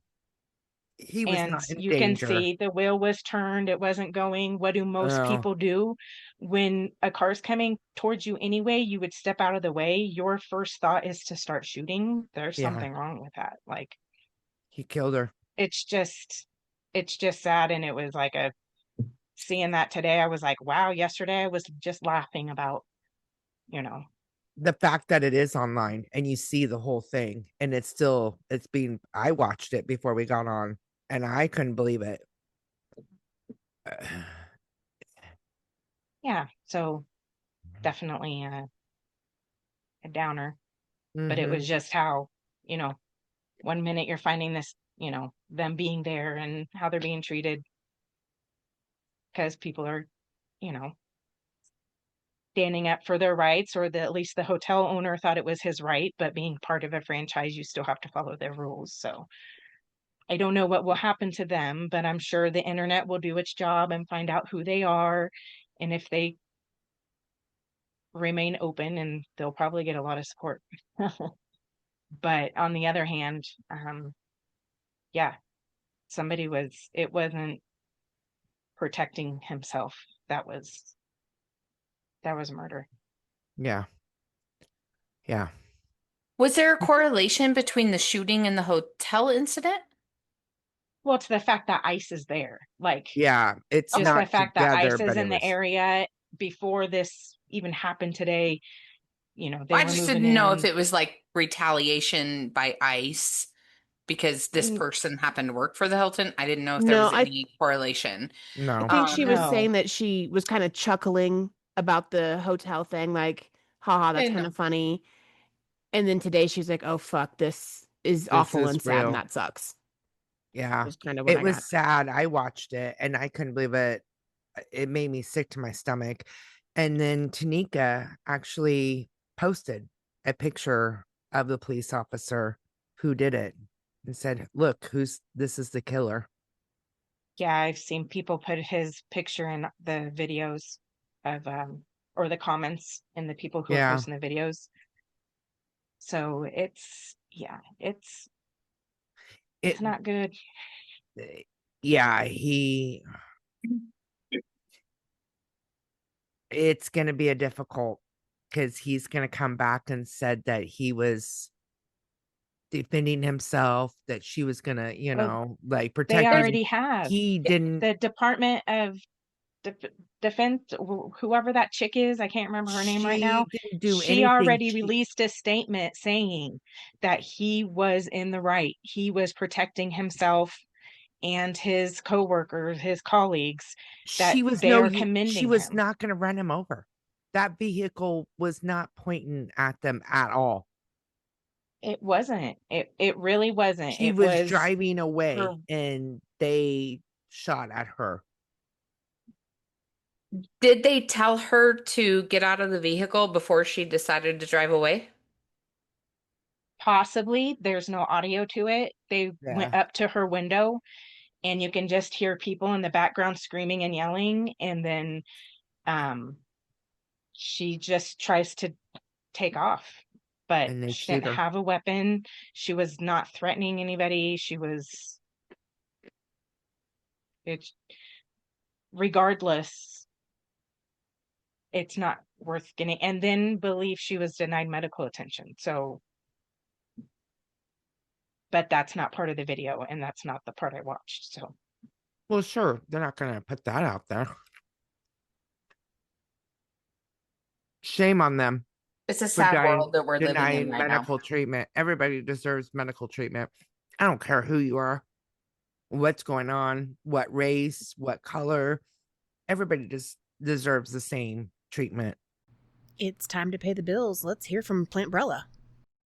The Plantbrella is a colorful umbrella for outdoor gardens and potted plants, designed to help protect your plants from the intense, direct sunlight, heavy rain, hail, and frost, while allowing some light and rainwater to gently pass through to your plants. The Plantbrella is not only a colorful piece and decoration for your garden, but is an effective way to keep your plants safe, hydrated, and live longer throughout the garden season. Plantbrella, we got you covered. all right, what we got next? Right? We got What's Cooking, Good Looking. And Oh, God, this something girl upbeat. is not cooking good looking. So, Oh, I made something. Popcorn April. I made homemade cheesy gratin potatoes the other Yes, day. you did. It was amazing with steaks. I'm not a very good steak person on the stove. I don't know why. It's hard on I've the tried. stove. It's, yeah. Let's talk about it. Do you have a grill? I do have a grill. Let's I I have think a you little should I have a work little on learning. PTSD with the grill. Because the Oh, past 2 times I've tried to start the grill, it's blown up and I've almost blown my eyebrows off. let's So do some YouTubing. Let's help you out on the grill. I need a little ninja like my sister got for Christmas. The George Foreman. Yeah, like a little George Foreman. Go to Goodwill or Ark, All right. honestly. But I made these homemade cheesy potatoes that Miles told me are amazing and that I need to make them again. And that is quite a compliment coming from a 12-year-old who is picky. So I took potatoes, I peeled them, cut them, sliced them up, and then butter, salt, and pepper, and then a bunch of cheese. And then I baked it at 350 for like 30, 40 minutes. Stirred it, put a little bit of milk, and then I threw some leftover chip beef cheese ball, which is basically cream cheese and chip beef and green onions. I had it leftover, so I threw that in there, milk, some more cheese, like mozzarella, cheddar, Gouda. Like I mixed it. And then I All the baked that for cheeses. another 20, 25 minutes. And oh my God, amazing. We ate on that for like 3 days. So the first day we had steak and cheesy potatoes and green beans. And the next day I made this bacon apple pork loin. And it was fucking amazing. It was just a pork loin that from Dylan's, popped in the oven with the cheesy potatoes, and then made corn that night. And yeah, these cheesy. So the next time I'm going to do these cheesy potatoes and get ham and do ham and cheesy potatoes with these. And oh, it was amazing. I don't think I'll be able to find the cheap chipped beef cheese ball again because Dylan's only does it during Christmas. So it's just going to have to be like cream cheese, green onions. Make your own. Chipped beef. Yeah, kind of like my own. They have chipped But beef. the cream cheese is where it's at with the cheesy au gratin potatoes. Sure. And yeah, you can buy chipped beef just Sure. on its own. So Sure. But yeah, I was just winging it. Like, it's like, I'm going to make these cheesy potatoes. I didn't use a recipe. I was like, I know I need milk, butter, cheese, some sort of, yeah. And I just winged it. And Miles told me it was the best thing ever. And I was like, oh man, I hope I can remember how I did this so I can do this again. Because I just freaking winged it. And yeah, it was good. Really good. In fact, we ate it 3 nights in a row. So there's my cooking. I'm a sucker for a good cheesy potato. Yes. I was impressed with myself. I would like to talk to you about steak. How are you when you're cooking it on the stove? How are you cooking it? So I put butter and like garlic, salt and pepper. Okay. But I cook it on like low. Like I want to cook it slowly. Okay. Because you don't want to like cook it quickly. Okay. Because when you cook it quickly, like the outside gets all nice and brown, but then when you go to cut in the middle of it, it's still like raw. Okay. So I'm trying, but I'm just not very good. I don't like the taste of it. I'm just not good at it. More of a medium heat, like a medium. Yeah. Do you have a cast iron by chance? Uh-huh. So you actually, if you, number one tip, the best improvement I ever saw with making steak, whether it's on a stove or on a grill, which I'm going to be honest, we mostly grill, but if you're going to cook it in a pan, use your cast iron and bring your steak to room temperature. Let it sit out on your counter for a while. Like hour or so is fine. It's perfectly fine. You can season it. You can put your seasoning on it. Let it, marinate if you will. But you do want to throw it like in your cast iron would be the best. Hot heat. Hot heat. It's called searing it. You sear it on the outside. That kind of locks those flavors and the juices in. Flip it over, sear the other side. I'm talking 30 to 60 seconds each side, hot heat. Yeah. Then you turn your heat down, bring in that butter, scoop the butter and the flavoring and the juices and all of the seasonings that come off of that steak right back onto it. And you'll thank me later. Okay. Well, I've got plenty more steaks in my deep freeze. Yep. Give it We're- a shot. And We're then what? actually Like going to low do ribs then this what? weekend. High heat it first and then kick it down to low and just low and slow. Low and slow. just For throw how that long? butter right back on it. Because I like mine medium. Like, Yeah. I want a little bit of pink, but I Sure. don't want it raw. Well, do you have a meat thermometer? Temp it. No, I don't. I'm Get a surprised meat I didn't get one thermometer. of those. $7 I've got at the like fucking 3 grocery potato store. peelers and a chicken shredder, but no fucking thermometer. Get a meat thermometer. I need to get one. My Listen, guys, I birthday's haven't coming been. up. Just saying, Mac Bestiez. April could take a meat thermometer.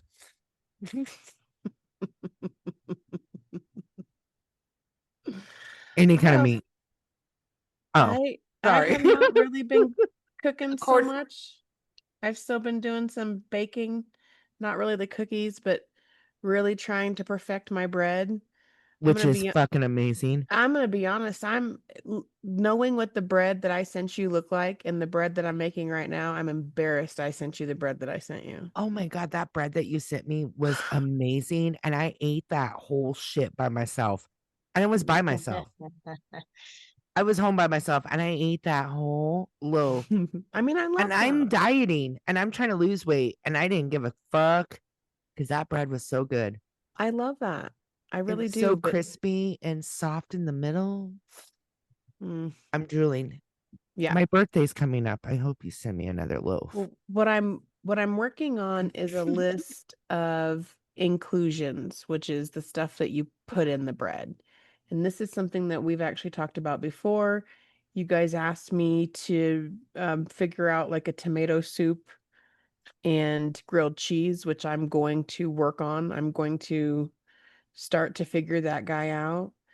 But looking like just trying to get creative and thinking of things that I can put in it. I joined a group on Facebook that's specifically for sourdough inclusions. And these people are fucking crazy.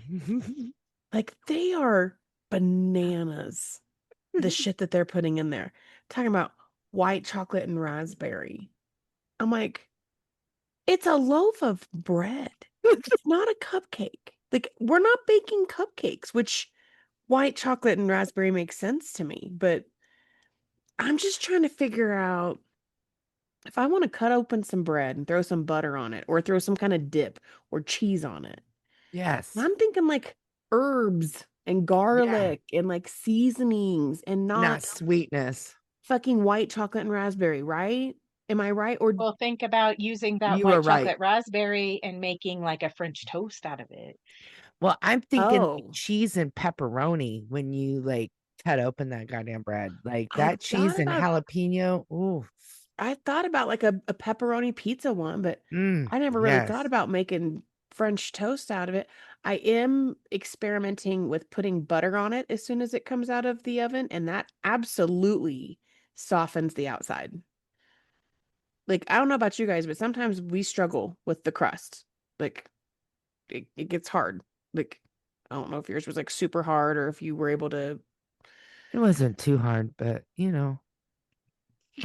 I think it might have been just the shipping, Mhm. like it had gotten less crunchy. Because I'm sure when you get it out of the oven after your 2 hours, it's still. Which is how sourdough is supposed to be, though. Still, yeah, it still had, but it was the inside that was amazing.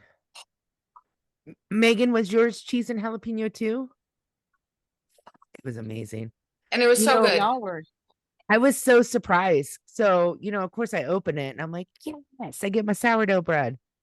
And then I make my soup and I take the bread out of the box and I'm like, fucking A. It's not just sourdough bread. It's cheese and jalapeno sourdough bread. I knew immediately. So I like squealed again. And Silo's like, what the fuck's going on? Because it's just Silo and I. Yeah. And yeah, Silo had a little piece too. He enjoyed it. Thanks, Aunt Crystal. He wanted me to tell you. Yukon loves sourdough. Yeah. Loves it. Weirdo. Surprised he's left alone the sourdough you have sent out. I guess he's not like Millie was, but Well, Yeah, no, you got to he's- bake it first. Yeah, bit no, better he to wants the good shit. Right? You got to bake it first. Don't Funny. give me that raw shit. I got to have it baked. So anyway, that's really all I'm working on is trying to figure out some stuff that I can throw in there that doesn't like overcomplicate it or change the dynamics of it. I've made some beautiful, like I made some loaves. You showed us Yeah. I'm on thinking Marco Polo. stromboli, I pepperoni, posted some meat, those. cheese, olives. That's what I'm thinking next in your sourdough. I wanted to mention one thing. Mm-hmm. Kaylin, my mother-in-law, Mm-hmm. she is making like pretzel bites with her Yeah. sourdoughs. Yeah. She's making cinnamon rolls with her I've sourdoughs. never made cinnamon rolls in my So life. I've been thinking about you. I was like, oh, she did have a little trouble with her first born, I guess you could say. Brad. Her firstborn's name was Brad. Mm-hmm. And Brad Oh, kind of decided to go does all Brad and really. dopamine want to hook up? Brad wanted to go crazy on her, I guess. So she started a new second born. I'm But yeah, curious why Brad. she's on the sourdough kick too. And I just wanted to mention the pretzels, bagels, Mm-hmm. and cinnamon rolls. If Yeah. you can make some bagels, I'm all about bagels. My Bagels husband make really me wants English oh muffins. ooh, Oh, English muffins. I love So English that muffins would too. be where I would go next. So are we serious about this trip in March? Mm-hmm. Because I really want to see you bitches. Mm-hmm. okay. Yeah. Yep. Get on Sounds like Southwest or Allegiant and book your flight, girl. I really wish you wouldn't tell me what to do. Oh, But well, I would suggest. I also wanted to mention that I have seen, I'm not really sure why, I just assume it's because you are my friend on Facebook. I'm not part of the sourdough group, but I have seen your sourdough group. I've seen you talk to your sourdough group, ooh, and be kind stalker. and friendly. Apparently, there's some sourdough bitches out there. And Crystal basically, as Crystal does, put them bitches in her place, in their place, and told the person that had made that first post about how people are being, I mean, she just wanted some advice. Yeah. And apparently, there are sourdough Nazis Snobs. out there. And Crystal basically set that shit straight. So they're lucky to have you. You're lucky to have the insight. And it's been fun to like just see your journey. That's funny. You just Thank you, confirmed the Megan. whole Golden Girls thing for me tonight.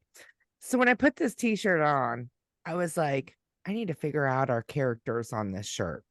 Because we've talked about the Golden Girls, right? And so I had to learn the characters. So, Crystal, I was going to name you Sophia, Right. the spicy, The old one. like the old one that's just witty. Like, from Sicily. yes, we'll just eat you up and spit you out before you even know, right? Obviously, I'm Blanche, the young, Oh, flirty. obviously. Don't go there. Well, now I've, you are. I've got a good one for you. Don't get all upset. God damn it. Now you got me. So there's what? Sophie, Blanche, and then Rose. Mhm. And who's the other one? Dorothy. Dorothy. Obviously, Kyley, you would be Rose, and Megan is Dorothy. Yeah. You just figured that out? Intellectual, very, but naive. Practical one. And Kyley is very to the point. Like, give me the news, give me the facts. Oh, I felt like Rose was kind of a ding dong. No offense, Kyley. You are not a ding dong. But just saying. I mean, I can be. No. Anywho, Well, there it is. there, I'm throwing that out. My cooking, I did a few things for Christmas. I was not feeling that great, so I did not put forth a ton of effort. I did the crock pot corn Mm. and some broccoli salad, and I was gonna do jalapeno poppers, and I mean, I bought all the stuff, and by the time I was done making broccoli salad, that was all the energy I had. And we still had to go to the You went damn hard for thing. Thanksgiving, so you get a I break did in go pretty hard. Christmas. You Yeah. did go And there hard was for less people Thanksgiving. there for Christmas. So it was fine. And his sister makes her ham is always great. So I was very excited about the ham. It was actually kind of cute because his mom asked me what she should bring. Like, so of course I said mashed potatoes. I was like, mashed potatoes. Should I bring gravy? Absolutely, bring some gravy. Should I Gravy bring this? always goes good. Yeah, it was very cute to me that she asked me what she should bring for sides. So, um, besides that, Anthony was on this Taco Bell chicken enchilada burrito kick. Ooh, Taco So Bell sounds so good. they're cheap, quick and easy. So of course I had to do a copycat recipe of it. So I've been meal prepping him some of the Taco Bell. Well, it's Kylie's version of the chicken enchilada burritos. And so far so good. He thinks they're absolutely great and it's super convenient for him. He has one of those lunch boxes that you plug it in and it can heat food up for you. Because he drives all day. He doesn't get a chance to stop some days. So and then for Christmas I had got him one of those food saver things that, so you could seal them up. So I have them food prepped for him, seal them up so that they'll last longer, and then he can just heat them up on his lunches. It's very convenient. But for dinner last Friday, I did a new recipe. I actually saw it on Aggressive Tutorials, Applesauce and ADHD, which I think her book came out. Is it this week or yesterday or whatever? She's like on tour right now. I'm excited for her. Yes, I know. I saw she was at the Meta conference and I saw her video on TikTok. So first up, I thought that was funny. But yeah, the cafeteria was making her recipes for the food. Like, That's so awesome. I know, how cool was that? So very deserving of it. She's worked very hard Hey, for it. And anyway, so I tried her, I think she calls it no cheese and smokies. So it's like a sheet pan meal. You take which I assumed you had to boil them, no cheese, to make them edible. gnocchi? But yeah, but I guess you do not. So you just take a package of them, you throw them out on the sheet, the cookie sheet, and a pack of little smokies, and then a pack of frozen broccoli, and then I don't think she added it, but I cut up some potatoes, like the little yellow potatoes. I cut them up kind of small so they cook. Yeah, put some olive oil, put some seasoning down. I like that buttery steakhouse from Kinder's. Yes. I love that stuff. So I use that for the seasoning, and then you bake it for like 30 minutes, and it was great. Everything was cooked well. Yeah. The potatoes, I probably will leave the potatoes out because I think they either that or start them before the rest of it. Even though I cut them real small, they still didn't get done. But You can sometimes pop them in the microwave for like 1 minute like just enough to get them a little cooked. Start getting them hot. Yep. Right. But yeah, I think the only thing I need to change is I don't think I added enough olive oil because it was a little bit dry, but it was something I never thought to throw together. Um, and yeah, it was really good. All right. Moving on. Movies and documentaries. I might have been waiting for this all night long. Ooh. So I watched End of an Era, the Taylor Swift documentary. Oh, yeah. It was so good. Um, been a little bit obsessed with Taylor Swift and her new album. The documentary though is like her documenting her journey into the Eras tour, and that was pre-Meghan being A infatuated. Swiftie. I wouldn't say infatuated, but yeah, like being a Swiftie. I of course knew that the Eras tour was going on. Like Mhm. if and you everybody knew the Eras tour was going on unless they lived Unless you were under a living under a rock. rock. But watching the documentary, it was so fun. It's just she talked about her band. Her band was in it. They talked about them. They talked to them.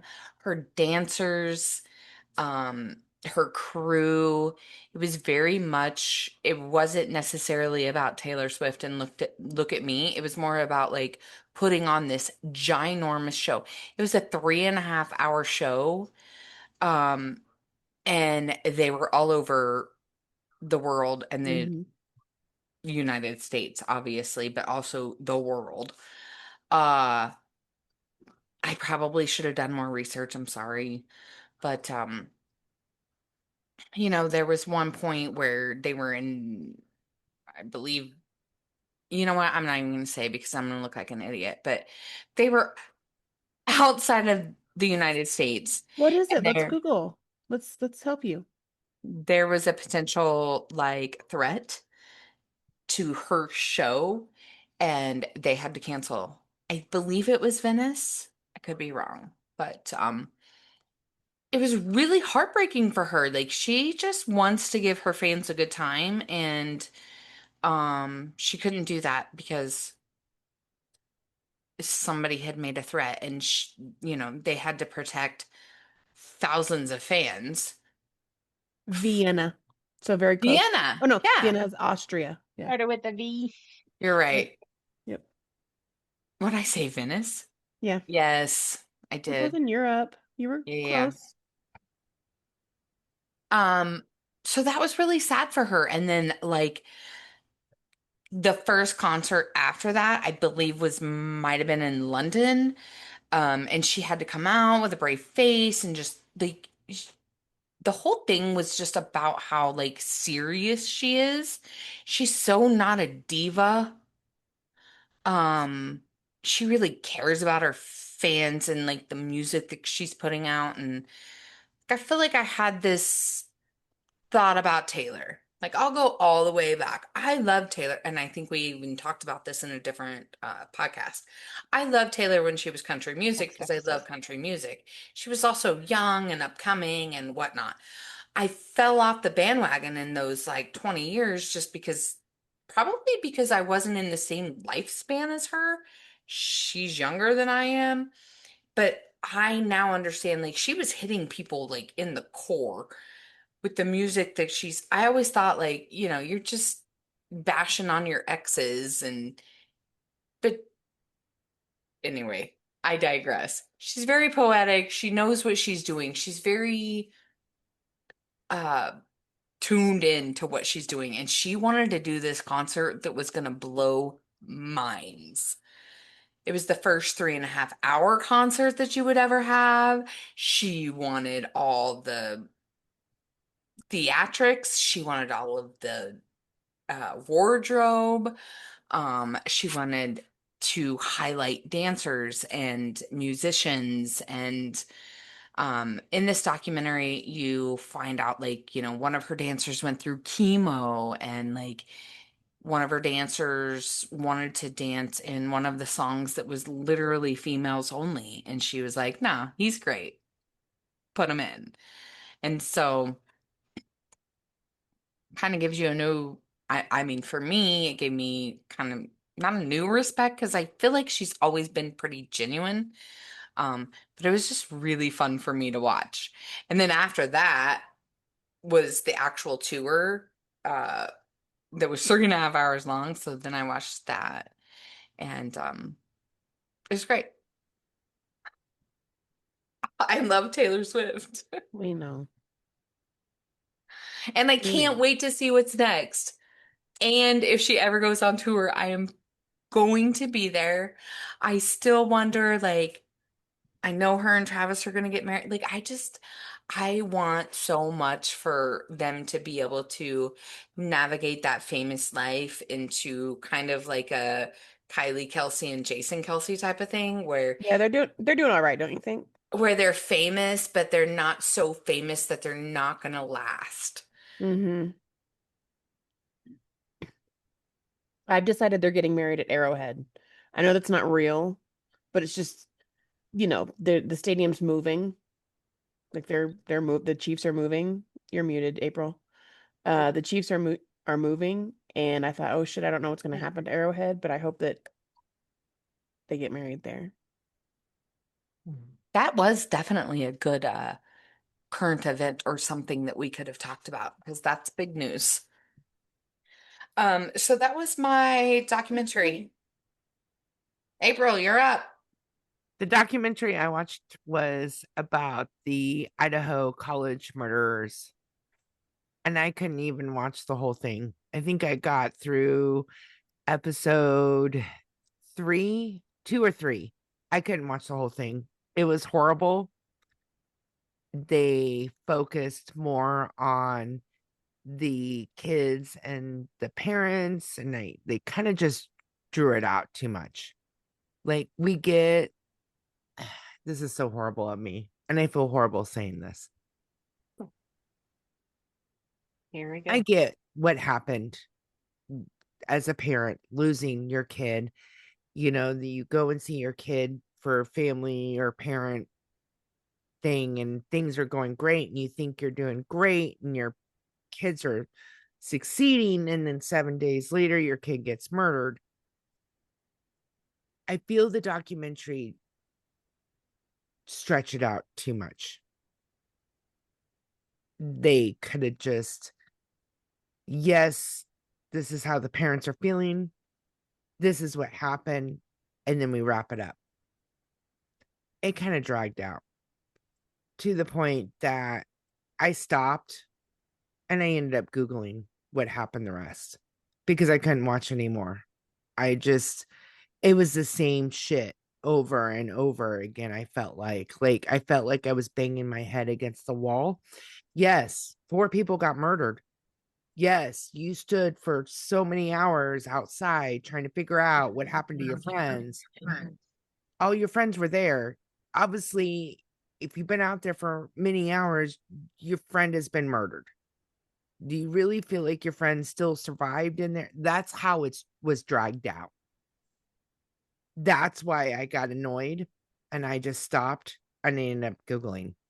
It's a sad situation. So what happened was, this individual, Brian, was stalking one of the girls. I believe it was Meghan, the blonde, young, good-looking girl. I think her name is Kyley. No, there's Kyley, Meghan, Kyley, maybe Maddie.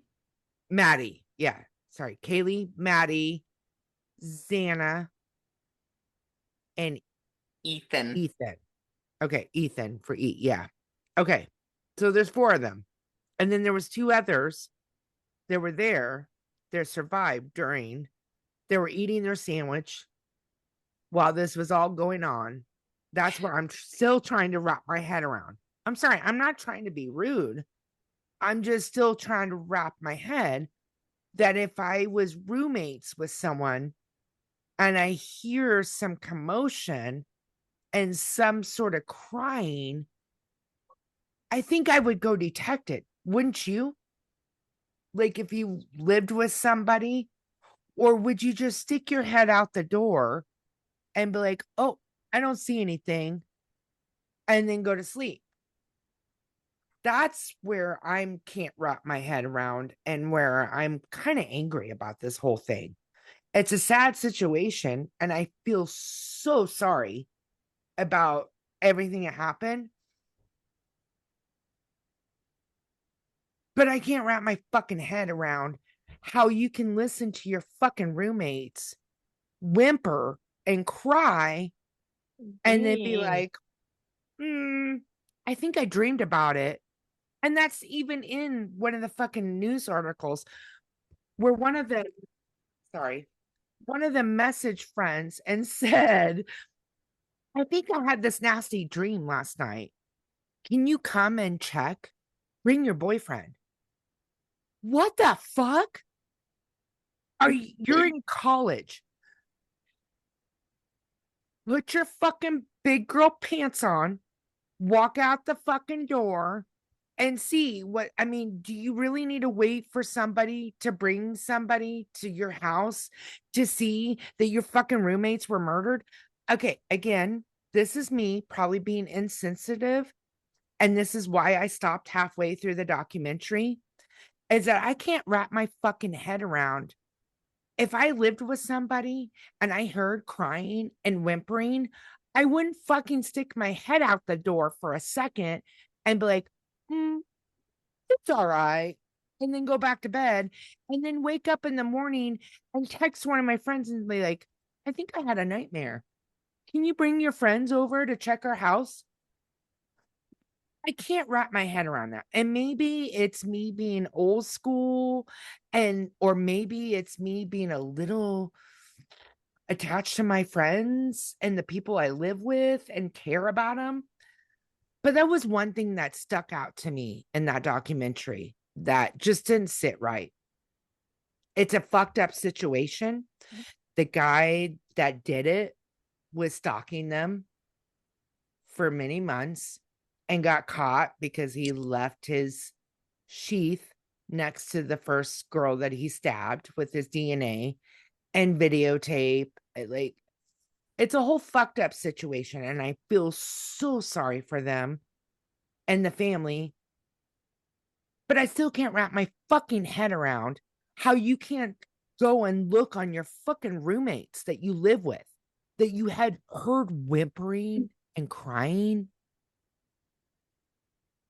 I'm sorry. I have to ask heard a my question. roommates and best friends whimpering and crying.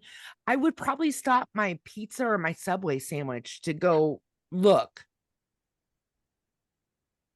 Okay, I have to stop you. I have to ask you a question.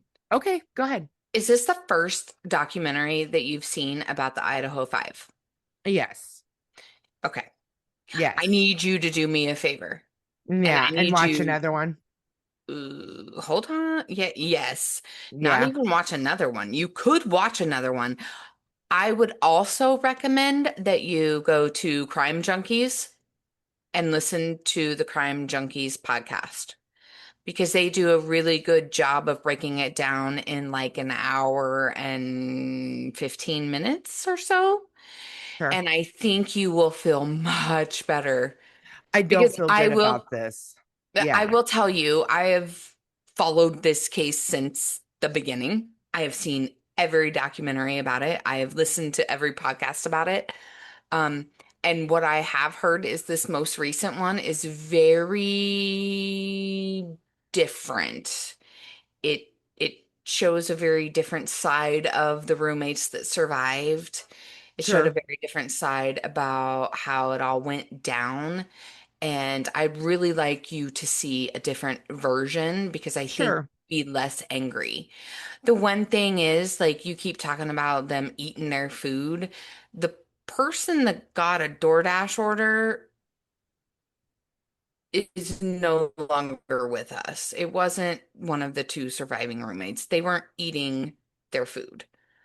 Dash order, and Xana is no longer with us. Sure. Yeah. Bethany and the other chick, uh, they had definitely been drinking all night long. At Like the corner club.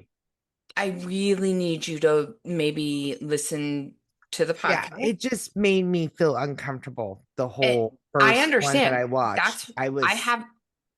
I will tell you, I haven't watched the newest one because of the things that I've heard about it. Yeah. I just think that you might feel differently if you listened to the Crime Junkies podcast, at least, and then maybe watch a different one because there are Well, speaking of a that, wasn't lot. the murder he fucking Anala? I mean, he was what in criminology class Yep. at Washington University. He studied serial killers. Yeah, I mean, that's a true story. He was a teacher's assistant. He was creepy to other students in that college in Idaho. Yeah, he was a real creep. We don't actually even know what happened because he pled guilty and he took the plea so that he would never have to tell anybody what actually happened. I feel like he's been stalking her because what I watched in the last documentary was that they finally, because they said his name and all the friends were like, who the fuck is this guy? Right. So then they start going through pictures and then they realize he's in the background, a majority of these pictures.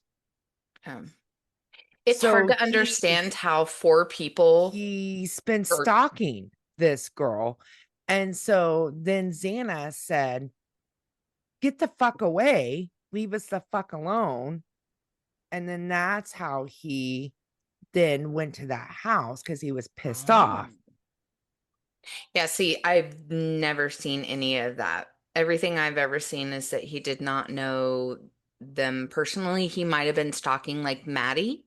Yeah. Um, and it's very possible that Xana finally was like, get the fuck out. But Yeah. your anger towards the surviving roommate is something I really need you to work on because, and I think if you listen to the podcast and to see other things, like You're probably right. Right now, I have a it's lot of hard to anger understand how two people actually were in a in that home. household. And when you talk about how she was like on social media the next day and didn't give a fuck and blah blah blah, like the podcast does a really good job of explaining like you're a college student, of course that's who you're calling. And she had been afraid before and had called people over and asked them to come check the house, and they checked the house and there was nobody there. And so now she's embarrassed because she's done this before and she's a crybaby and she's just scared. And so she waited a while and she, from my understanding, she even, Dylan is the roommate that saw the Yeah. guy. She even like eventually got from her bedroom on the basement floor, I believe, if I'm correct, to Bethany, who I think is the other surviving roommate, to her bed, and they ended up going to sleep together and like sleeping together because they were scared, but they didn't actually think anything was going on. Like your brain just will not allow you to think that your roommates are getting massacred. Sure. In that And small I can quantum. honestly say that there have been a lot of nights where I have drank way so much.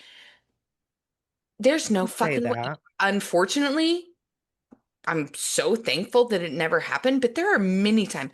Remember my house in Manhattan? You climbed through that fucking window. Everybody Stop it. did. Stop it. Edit that. No. I'm just saying, like, Holy fuck, man. people are Seriously. fucking psycho. They are And the psycho. fact that if somebody crawled through my window and you happened to be laying on the couch while I was passed out in my bedroom and you got killed, then I'm blamed because I didn't know and I should have known and I should have heard. Nuh-uh, that's not That's what not I fair. said. That's not what I said. I said is that they mentioned they heard whimpering and crying. Even if I woke up in a That's what I drunken state mentioned. and heard you If I whimpering and fucking crying, heard whimpering and crying, there's I'm no. not gonna fucking stay in my bedroom. I'm gonna go out and investigate. And I don't care if I get fucking butchered and murdered. I'm gonna go out and investigate why my roommate is crying. What if whimpering and crying is Oh, I can tell the fucking difference, Meghan. Come on now. Oh yeah. I'm 45, Like, almost 46 years old. I can tell the difference they between an are orgasm 20 and a cry. years old, April. They're 20. They're not 46. There's a Remember difference. when you were I'm 20. so sorry. I gotta stop. Sorry. Yeah, we are going to disagree on this. We are, because I feel strongly. I feel really upset about this documentary. It upset me. And I really need I you to didn't listen sleep to very another well last night. version, and I don't think you will feel so bad. I think I need a couple days because I didn't sleep very well last night. That's a good And I idea. don't like this whole documentary idea for the podcast. Like, I was really excited until last night, and I had some dreams, and now I'm like, I don't want to do podcasts like or documentaries anymore. Meghan, that was fucked up. I'm sorry. What I read or saw, that was fucked up. I would never do that to you, girls. I would never do that to you, girls. You have not heard about this case until 2026. I've heard it before, but the only fucking reason I dive into it is to have an inch or a thing to say tonight.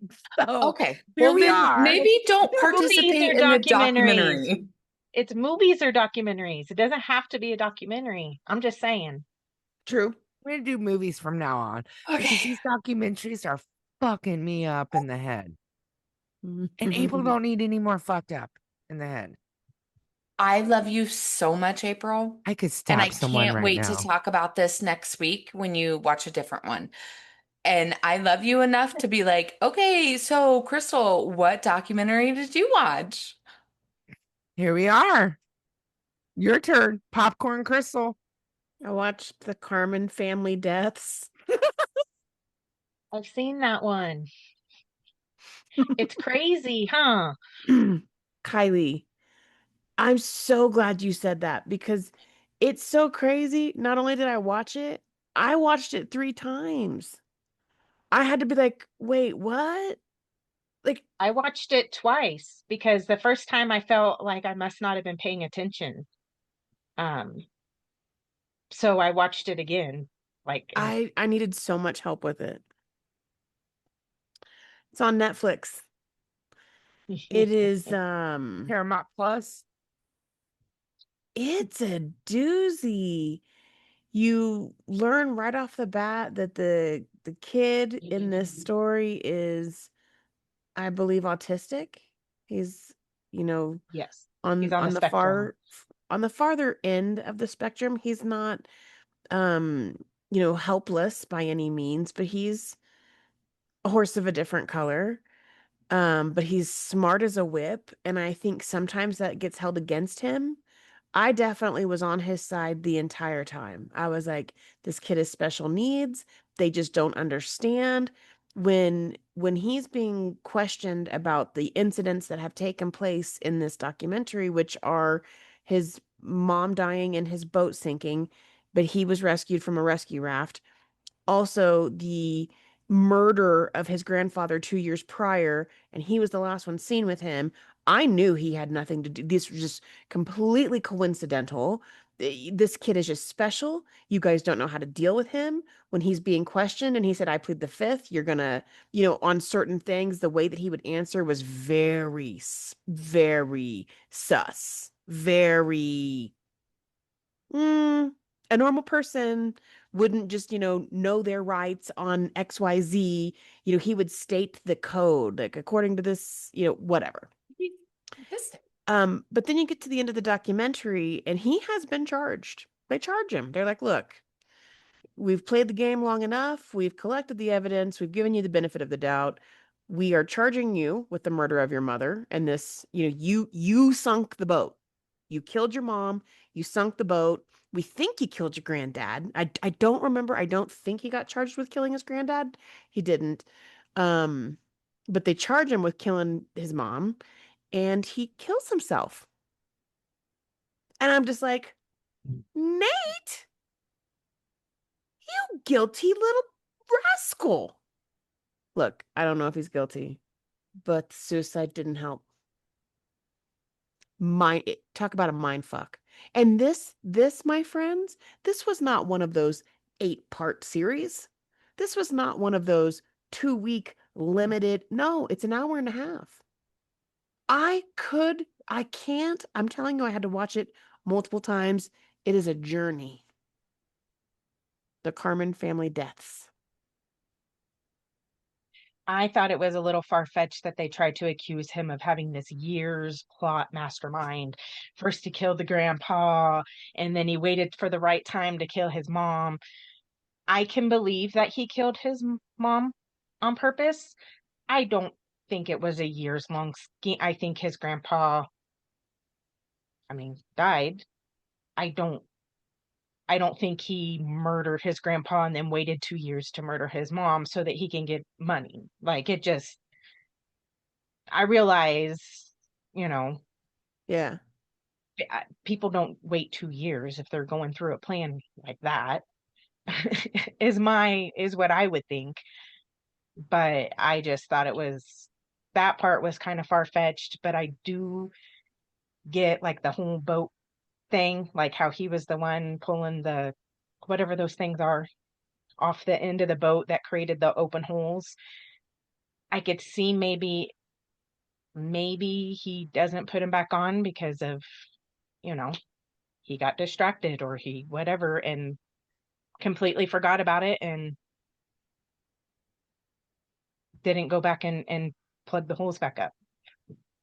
But at the same time, he grew up with a boat and probably has done those things dozens of times. Knew exactly what he was doing. So knew exactly what he was doing. So you're right. I can't say whether I think he's actually guilty or not guilty. I just don't think he killed his grandpa. And then I think the whole time I was just like, no way, no way, no way. And then at the end I was like, oh yeah, no, he killed them both. I really do. I can't explain anything else anymore. Had he had not killed himself, I want to poll Kyley and Crystal. Like, I don't know, pretend like you didn't see the part where he killed himself. Like, at that point, Kyley obviously said you believe that he killed his mom, but not his grandpa. I think that I think he would have gotten convicted of killing his mom, but do you think he did? If you were the jury, did they have enough evidence? Yes. Crystal? I think so. Without the murder or without the suicide? Excuse me. When she was talking about the holes, and I know you haven't seen it, and if you watch it, you'll get it. When she was talking about the holes, when they talk about the holes, that's when I'm just like, oh shit, Nate. You killed your mom. For what? Money. Oh, inheritance. Oh, because the grandfather had died. Okay. And then the money went to his mom. The grandpa was so good to him, Meghan. He was special. He was a special kid. He had a harder life in, their small town, and it seemed like a good family. The grandpa was so good to him. So it was great until the grandpa died, and then the son. But the grandpa was shot with a shotgun in his bed, like murdered. Who did that? Nate. I'm pretty sure. Allegedly, that's what Crystal thinks, but I don't know if he actually did it or not. I don't. Correct. He's never charged with that. Oh. And of course, people considered him because they knew at the time that he was the last one to see Grandpa. but they were like, but he no way. And I think there's some people in the family that were like, and we're kind of suspicious of him. But then when the boat situation happened with the mom, They were like, oh, he did it. And now he had to get rid of his mom to get the money. mm-hmm.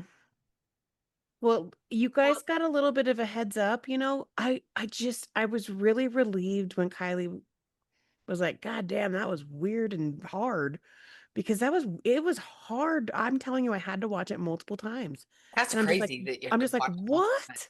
I can't do that. I'm gonna leave it at that. I'm gonna throw it out. I'm not gonna do that. Well, I'm not gonna follow up on that. oh I yeah, don't no more know, documentaries next for you. week. Okay. Yeah, Yeah. I'm pretty Megan, good maybe on you could try. documentaries. I'm pretty fucked up right now. Stick Okay. with And I got movies, classes that start in 2 weeks. April. I'm kind of sad how that's how I ended my documentaries with that fucked up one. It's okay. No more docus for you. Just stick to Yeah. movies or nothing. You tried. It's okay to skip a segment. It's Landman. okay. There you Yeah, go. we can talk That's about. what I'm There you working go. on. Yeah. Landman. Yep. But I'm kind of fucked up in the head right now. The one Yeah. I watched and listened to that. Fuck, man, I want to go Okay, work well, are with you ready someone. for mine then? Because it's I'm pretty ready. unbelievable. Okay. No. I'm ready. So- Let's go, Kyley. Do I have a So, license for my armed for my so gun? Anthony and I watched the new true crime docuseries on Hulu. I made sure to talk about one on Hulu so everybody Nice. can watch. Good job. It was called Wicked Game, Devil in the Desert. Hmm. And yeah, this case is absolutely crazy. So it starts out and it happens in 2012 out in the Mojave Desert. Deputies find a woman on the side of the road. She's zip tied, bloodied, terrified, and barely able to explain what happened. And she tells them she and her boyfriend were kidnapped and tortured, and she gives them one name, Adam Nairi. And that's where the story begins. Like that's how the docuseries opens. And the detectives, they start digging and realize this wasn't like a random attack. The victims ran a successful medical marijuana business, and instead of just living his life, Nairi decided he wanted their money. So we planned this brutal kidnapping. And when I say brutal, I mean it was unsettling. He like him and two other guys go in and kidnap this guy, and I thought they were roommates, but I think they were boyfriend girlfriend. Anyway, they zip tie him, blindfold him, take him out to the desert. They cut this guy's penis off, and Yeah. they zip tie it. Actually, it's Adam Nairi who zip ties it. And then as he's cutting it, he's saying back and forth, like sick. It was so unsettling. And then just leaves them out there to die, basically. Just the chick was a little beat up, so it kind of was a little sus at first. They thought maybe she had something, she was in on it or something. But what's even more fucked up is this guy took the penis with him. So even if this guy happened to get saved, there was no chance of saving His member. Yeah. Oh my God. So they figure out, they do their investigation, but basically it wasn't just that Nairi just wanted his money. He kind of got dissed by this guy because he himself was trying to grow marijuana because everybody was doing it at the time. It was, This is all This over is about marijuana. marijuana. Weed He money. lost his penis Weed money. over marijuana. But what I'm saying Good is Lord. we find out it's because he kind of got dissed. This Nairi guy was also trying to grow and was trying to sell his stuff. to this guy, and it just wasn't good enough. The quality wasn't good. The guy didn't want to spend his money on it. Well, Nairi happened to have this friend that went to Vegas with this pot guy and saw him spending all this money at the tables and stuff, tells Nairi this. And in Nairi's brain, he's thinking, you have plenty of money. Why couldn't you buy my shit? Like, so to him, I feel like this was a revenge thing. Like, this wasn't like just for money. The money helped, but he had a beef with this guy. So, Jealous but over what his ends up, marijuana. because his shit Wow. wasn't good enough. If you don't, I mean, that's just how it is. It's competitive, especially when it first started and everybody thought they could be a grower. And, you know, Holy shit. Someone lost their penis over it. it's sickening. Yeah. So as the story goes on, we see him, he flees the country and goes, I think he's from Iran originally. So he goes back to Iran because the US can't extradite him if he's back over there. And so they're having to figure out, how do we get him back over here, or to a country that will extradite him. So what they did is they ended up, because his ex-wife, her name is Courtney, ends up wrapped up in this as well. And I believe And Courtney Cox. she maybe had some very small charges just because I don't either knew about it beforehand or helped after the fact, something. But they get her to like act like she misses him and wants him back, and they set him Of up. course He's like, they well, did. I'm not coming back to the US, that's for damn sure. So they find a country for them to meet up and visit at, that Jesus they can come in and Christ. get him arrested and, extradite him back to the US. God. So the plan is Wow. successful. He comes back to the US. Poor guy. And so you're thinking, okay, he's going to trial for this. But then while he's being held, waiting trial, he decides to do a prison break with two other individuals. And one of them has a cell phone, and they decide to videotape the whole thing. So we're recording the whole thing, not videotape.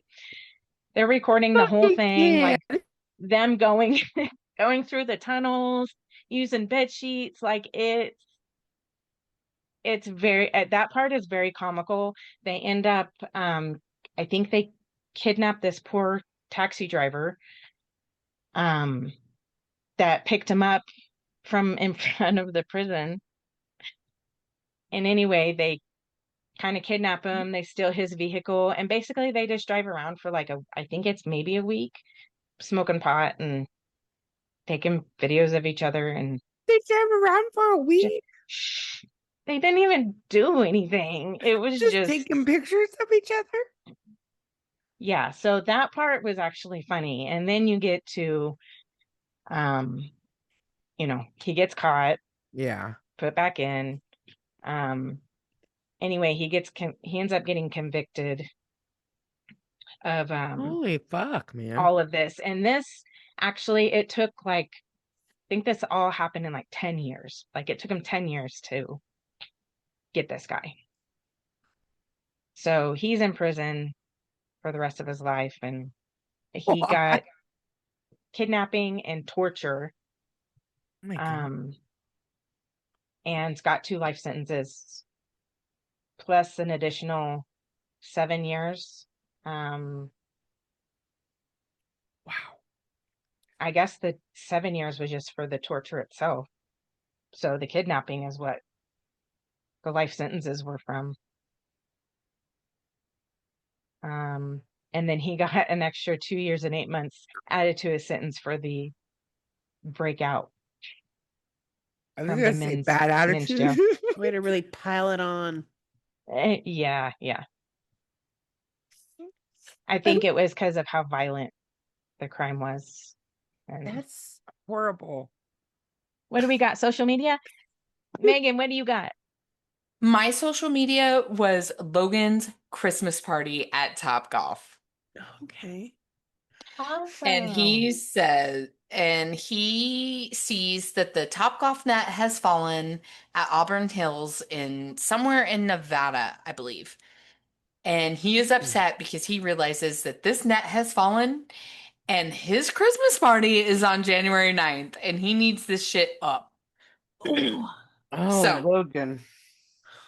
he posts on there that he needs this up by January 9th for his party, and we get so many comments, so many people sharing it, so many people like, let's go, Logan.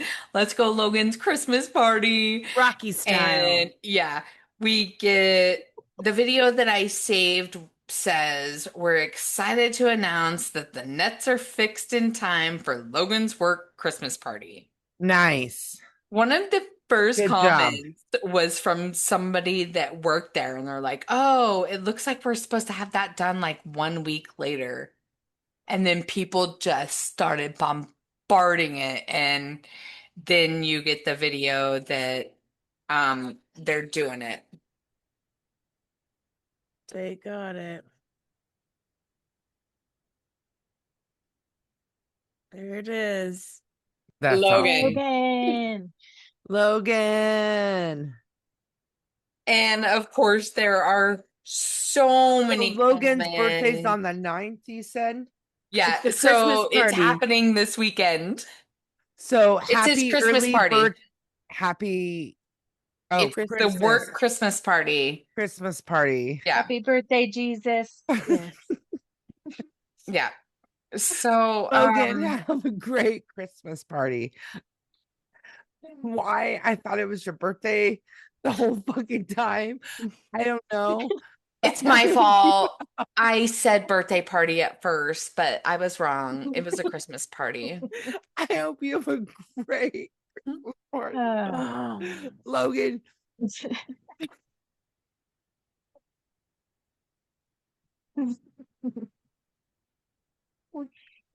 We are Just a couple off more the to go. rails. We are off the rails, Just a lady. couple more.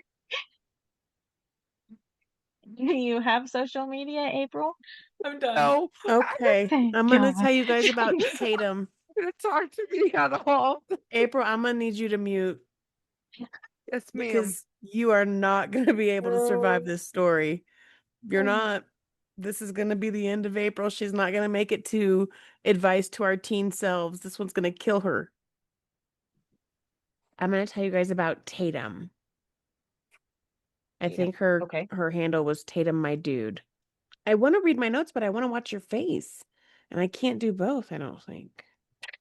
Okay.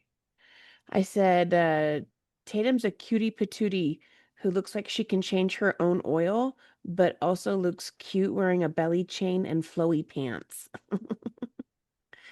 Anyway, her video starts with her saying that her brother has passed away and that she is going to his funeral, and that as a good sister, she decides that she's going to roll him one last joint. And she refers to it in this TikTok several times as a fatty. Okay.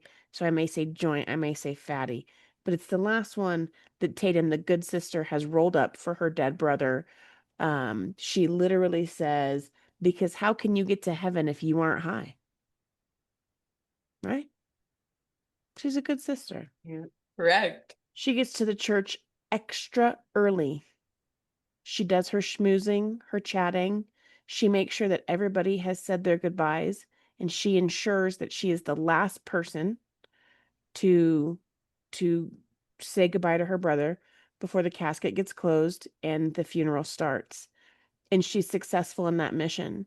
She has concealed this joint, this fatty, if you will, in a Ziploc bag the entire time. And so she is able to take it out and she just puts it right inside his beanie. Just boom, right here, right? For his trip to heaven. She says they're both good to go. She says goodbye. Casket gets shut. 2 hours later, at the end of the service, like the service has happened, the funeral has taken place, they open the casket back up for one last parade of goodbye and respects being paid. Oopsie. And this joint has spent 2 hours marinating, was her word. I wrote hotboxing. That's what I was thinking. It's gonna be like when you hide it in your glove box and you open it and it's like, Oh no. And it wasn't at a funeral home, you guys. This was in a church. Oh no. So there's no hiding it. There's no hiding it. Fuck And it. because she has made this big deal about being the last one to say goodbye, everybody knows it was her. Now she has to grovel and she has to apologize to the pastor and she has to apologize to the church people and she has to apologize to the grandparents and she has to apologize to everyone. she No. just felt like she needed to apologize. She said it smelled so loud.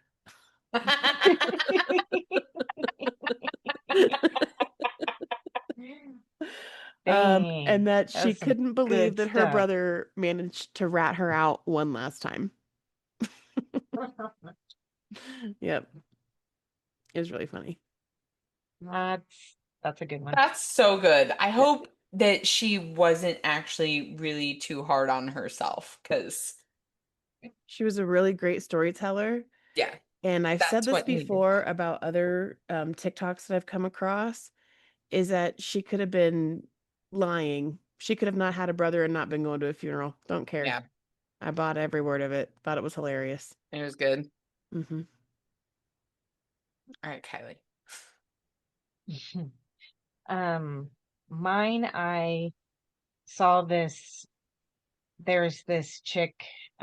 She happens to be a black chick, and she's funny because she'll be like, I ended up on white TikTok, and I don't know what you guys are into. It's just humorous. So she's like, so I heard this on white TikTok, which came via white Facebook, and I'm not getting into Facebook because, she did her anyway. It's funny. It makes me laugh. But there was a little bit of a scandal when, who was it that reported it first? United Regional Health, I think it's a hospital down in Texas, reported their firstborn of the year, like a lot of hospitals do. So it's a picture of the proud parents holding the baby. They posted it, and all of a sudden there's comments how he's married, she has a fiance. She had thought the baby was her fiance's. His wife didn't know anything about anything until she saw the post from the hospital on her Facebook feed. Yeah. So Happy New Year. Turns out, and it's conflicted because some are saying that she is his boss and others are saying it's the other way around, he's her boss. But either way, they work at the same place, and yeah, had a baby. He had his first son that we know of. Are you muted? That he kept from everyone and only got found out by because of the news. The hospital posted, here's our very first baby of the new 2026. Yeah. And it was the proud parents holding the baby, and yeah.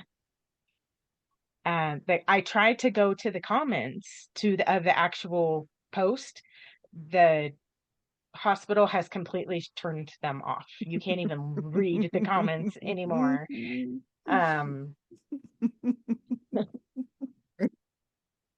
Bristol. But anyway, there's like some side posts, stories, that others have made. The comments aren't as good, but somebody who was like myself said, damn it, came here from TikTok. Like, Damn They it. saw the story on TikTok and I was like, oh, I gotta go check this post out. And yeah. But it was basically the town outing both of them. Yeah, she's engaged to so and so, and that this is so and so's husband. They have 2 daughters together, and yeah, whole scandal. That's hilarious. That's I so wish I could have fucked. seen the comments before they got shut off, because anyway. And I didn't know exactly what town. I just said it was a hospital down in Texas, and I didn't look. I could have Googled, but I didn't. I had a hard enough time finding the original posts. That's where my effort went. And then it fell through for me because they turned all the dang comments off. Yeah. It makes me wonder, like, if it's legit. If there's nowhere to track it and nowhere to find it, and this is true. I'm sure we will maybe find out in coming days from TikTok updating it. You know, people do stitches all the time. So we will see, but it was just, I don't know, people supposedly, because I didn't see it for myself, like posting screenshots of things that were, guess, prove that it could possibly be real. I don't know if they were like Facebook page screenshots of him and his family, or what it was. right. All right. Where are we? Goes back in time. How We are are you? getting How ready to are do the you? I don't think I'm Megan, very you sound good. weird. me? We just have the card. Yep, just the card. Oh, thank God. And I sent it to you guys. We talked a little bit about it. We talked about how it might be the timing of it being New Year might be some good stuff here, but what advice would you give your teenage self? Okay.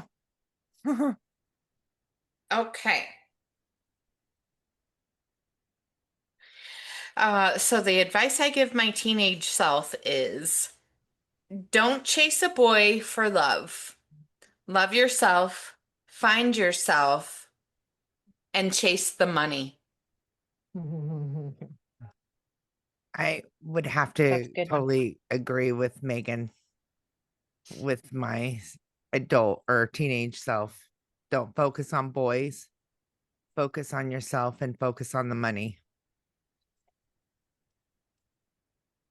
This has sat with me for a couple of weeks, and I think it's interesting how we are similar in these takes. Mine says, save the money, don't smoke cigarettes. It's not a habit you're even good at anyway because you end up quitting. In the fall of 2009, something called Bitcoin is coming out.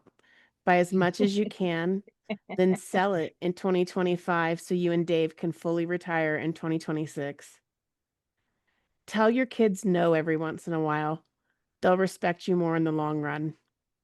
Yes. Really be present and enjoy the time you spend with the people you love, because time really does fly by when you're older. Yes. Please don't spend the next 30 years trying to prove something. You are not your mom. I totally agree with that too.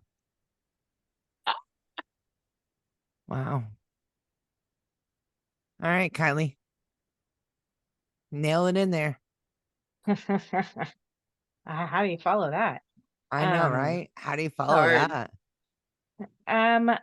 Mine is more, I guess it is kind of along those lines, is, live for yourself, but don't worry so much about disappointing other people, and making decisions because you don't want to disappoint people.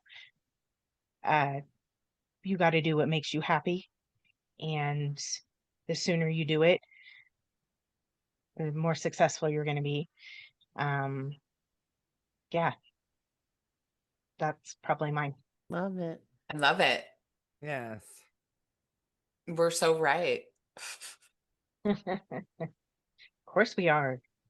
I want to go back. You do. Sometimes. Not always, but yeah, sometimes I'm like, man, I don't know. I was kind of on a path, but I always wanted the marriage and the kids and that.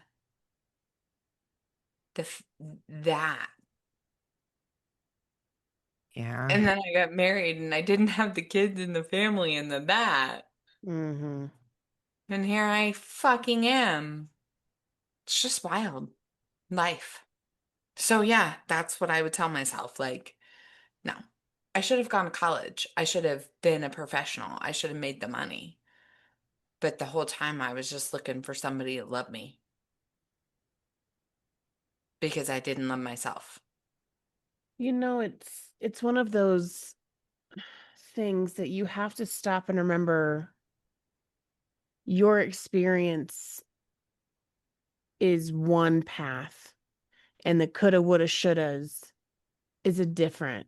And I think that as somebody who, even though I didn't go get the college degree, I felt like I went and got the career, I went and got the job, I went and got the title, and I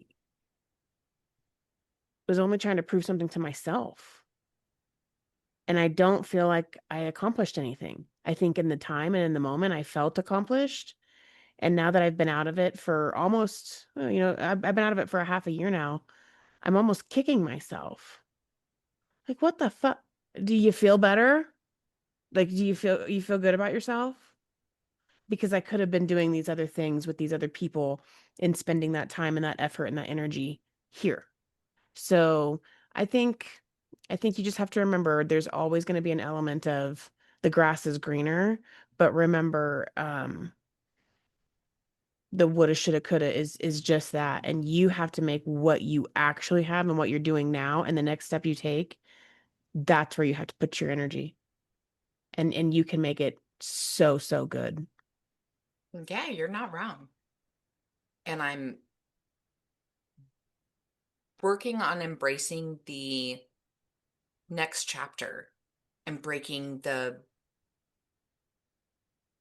need of finding happiness, or finding happiness is not the right word. I don't know, confidence from other people. I need confidence in myself. I don't need to have that or get that from other people. Mm-hmm. So that's my 2026 journey as best as I can. Yeah. Thanks for joining us for another Mac Besties podcast. Bye. Bye. And that's a wrap for this episode of the Mac Besties podcast, where friendship is always the main character. We're so grateful to have you here with us. Don't forget to hit subscribe and share the love with your fellow besties. Got a story to share or a topic you want us to dive into? Connect with us on Facebook or Instagram. We'd love to hear from you. Until next time, remember, life's better with your bestie by your side.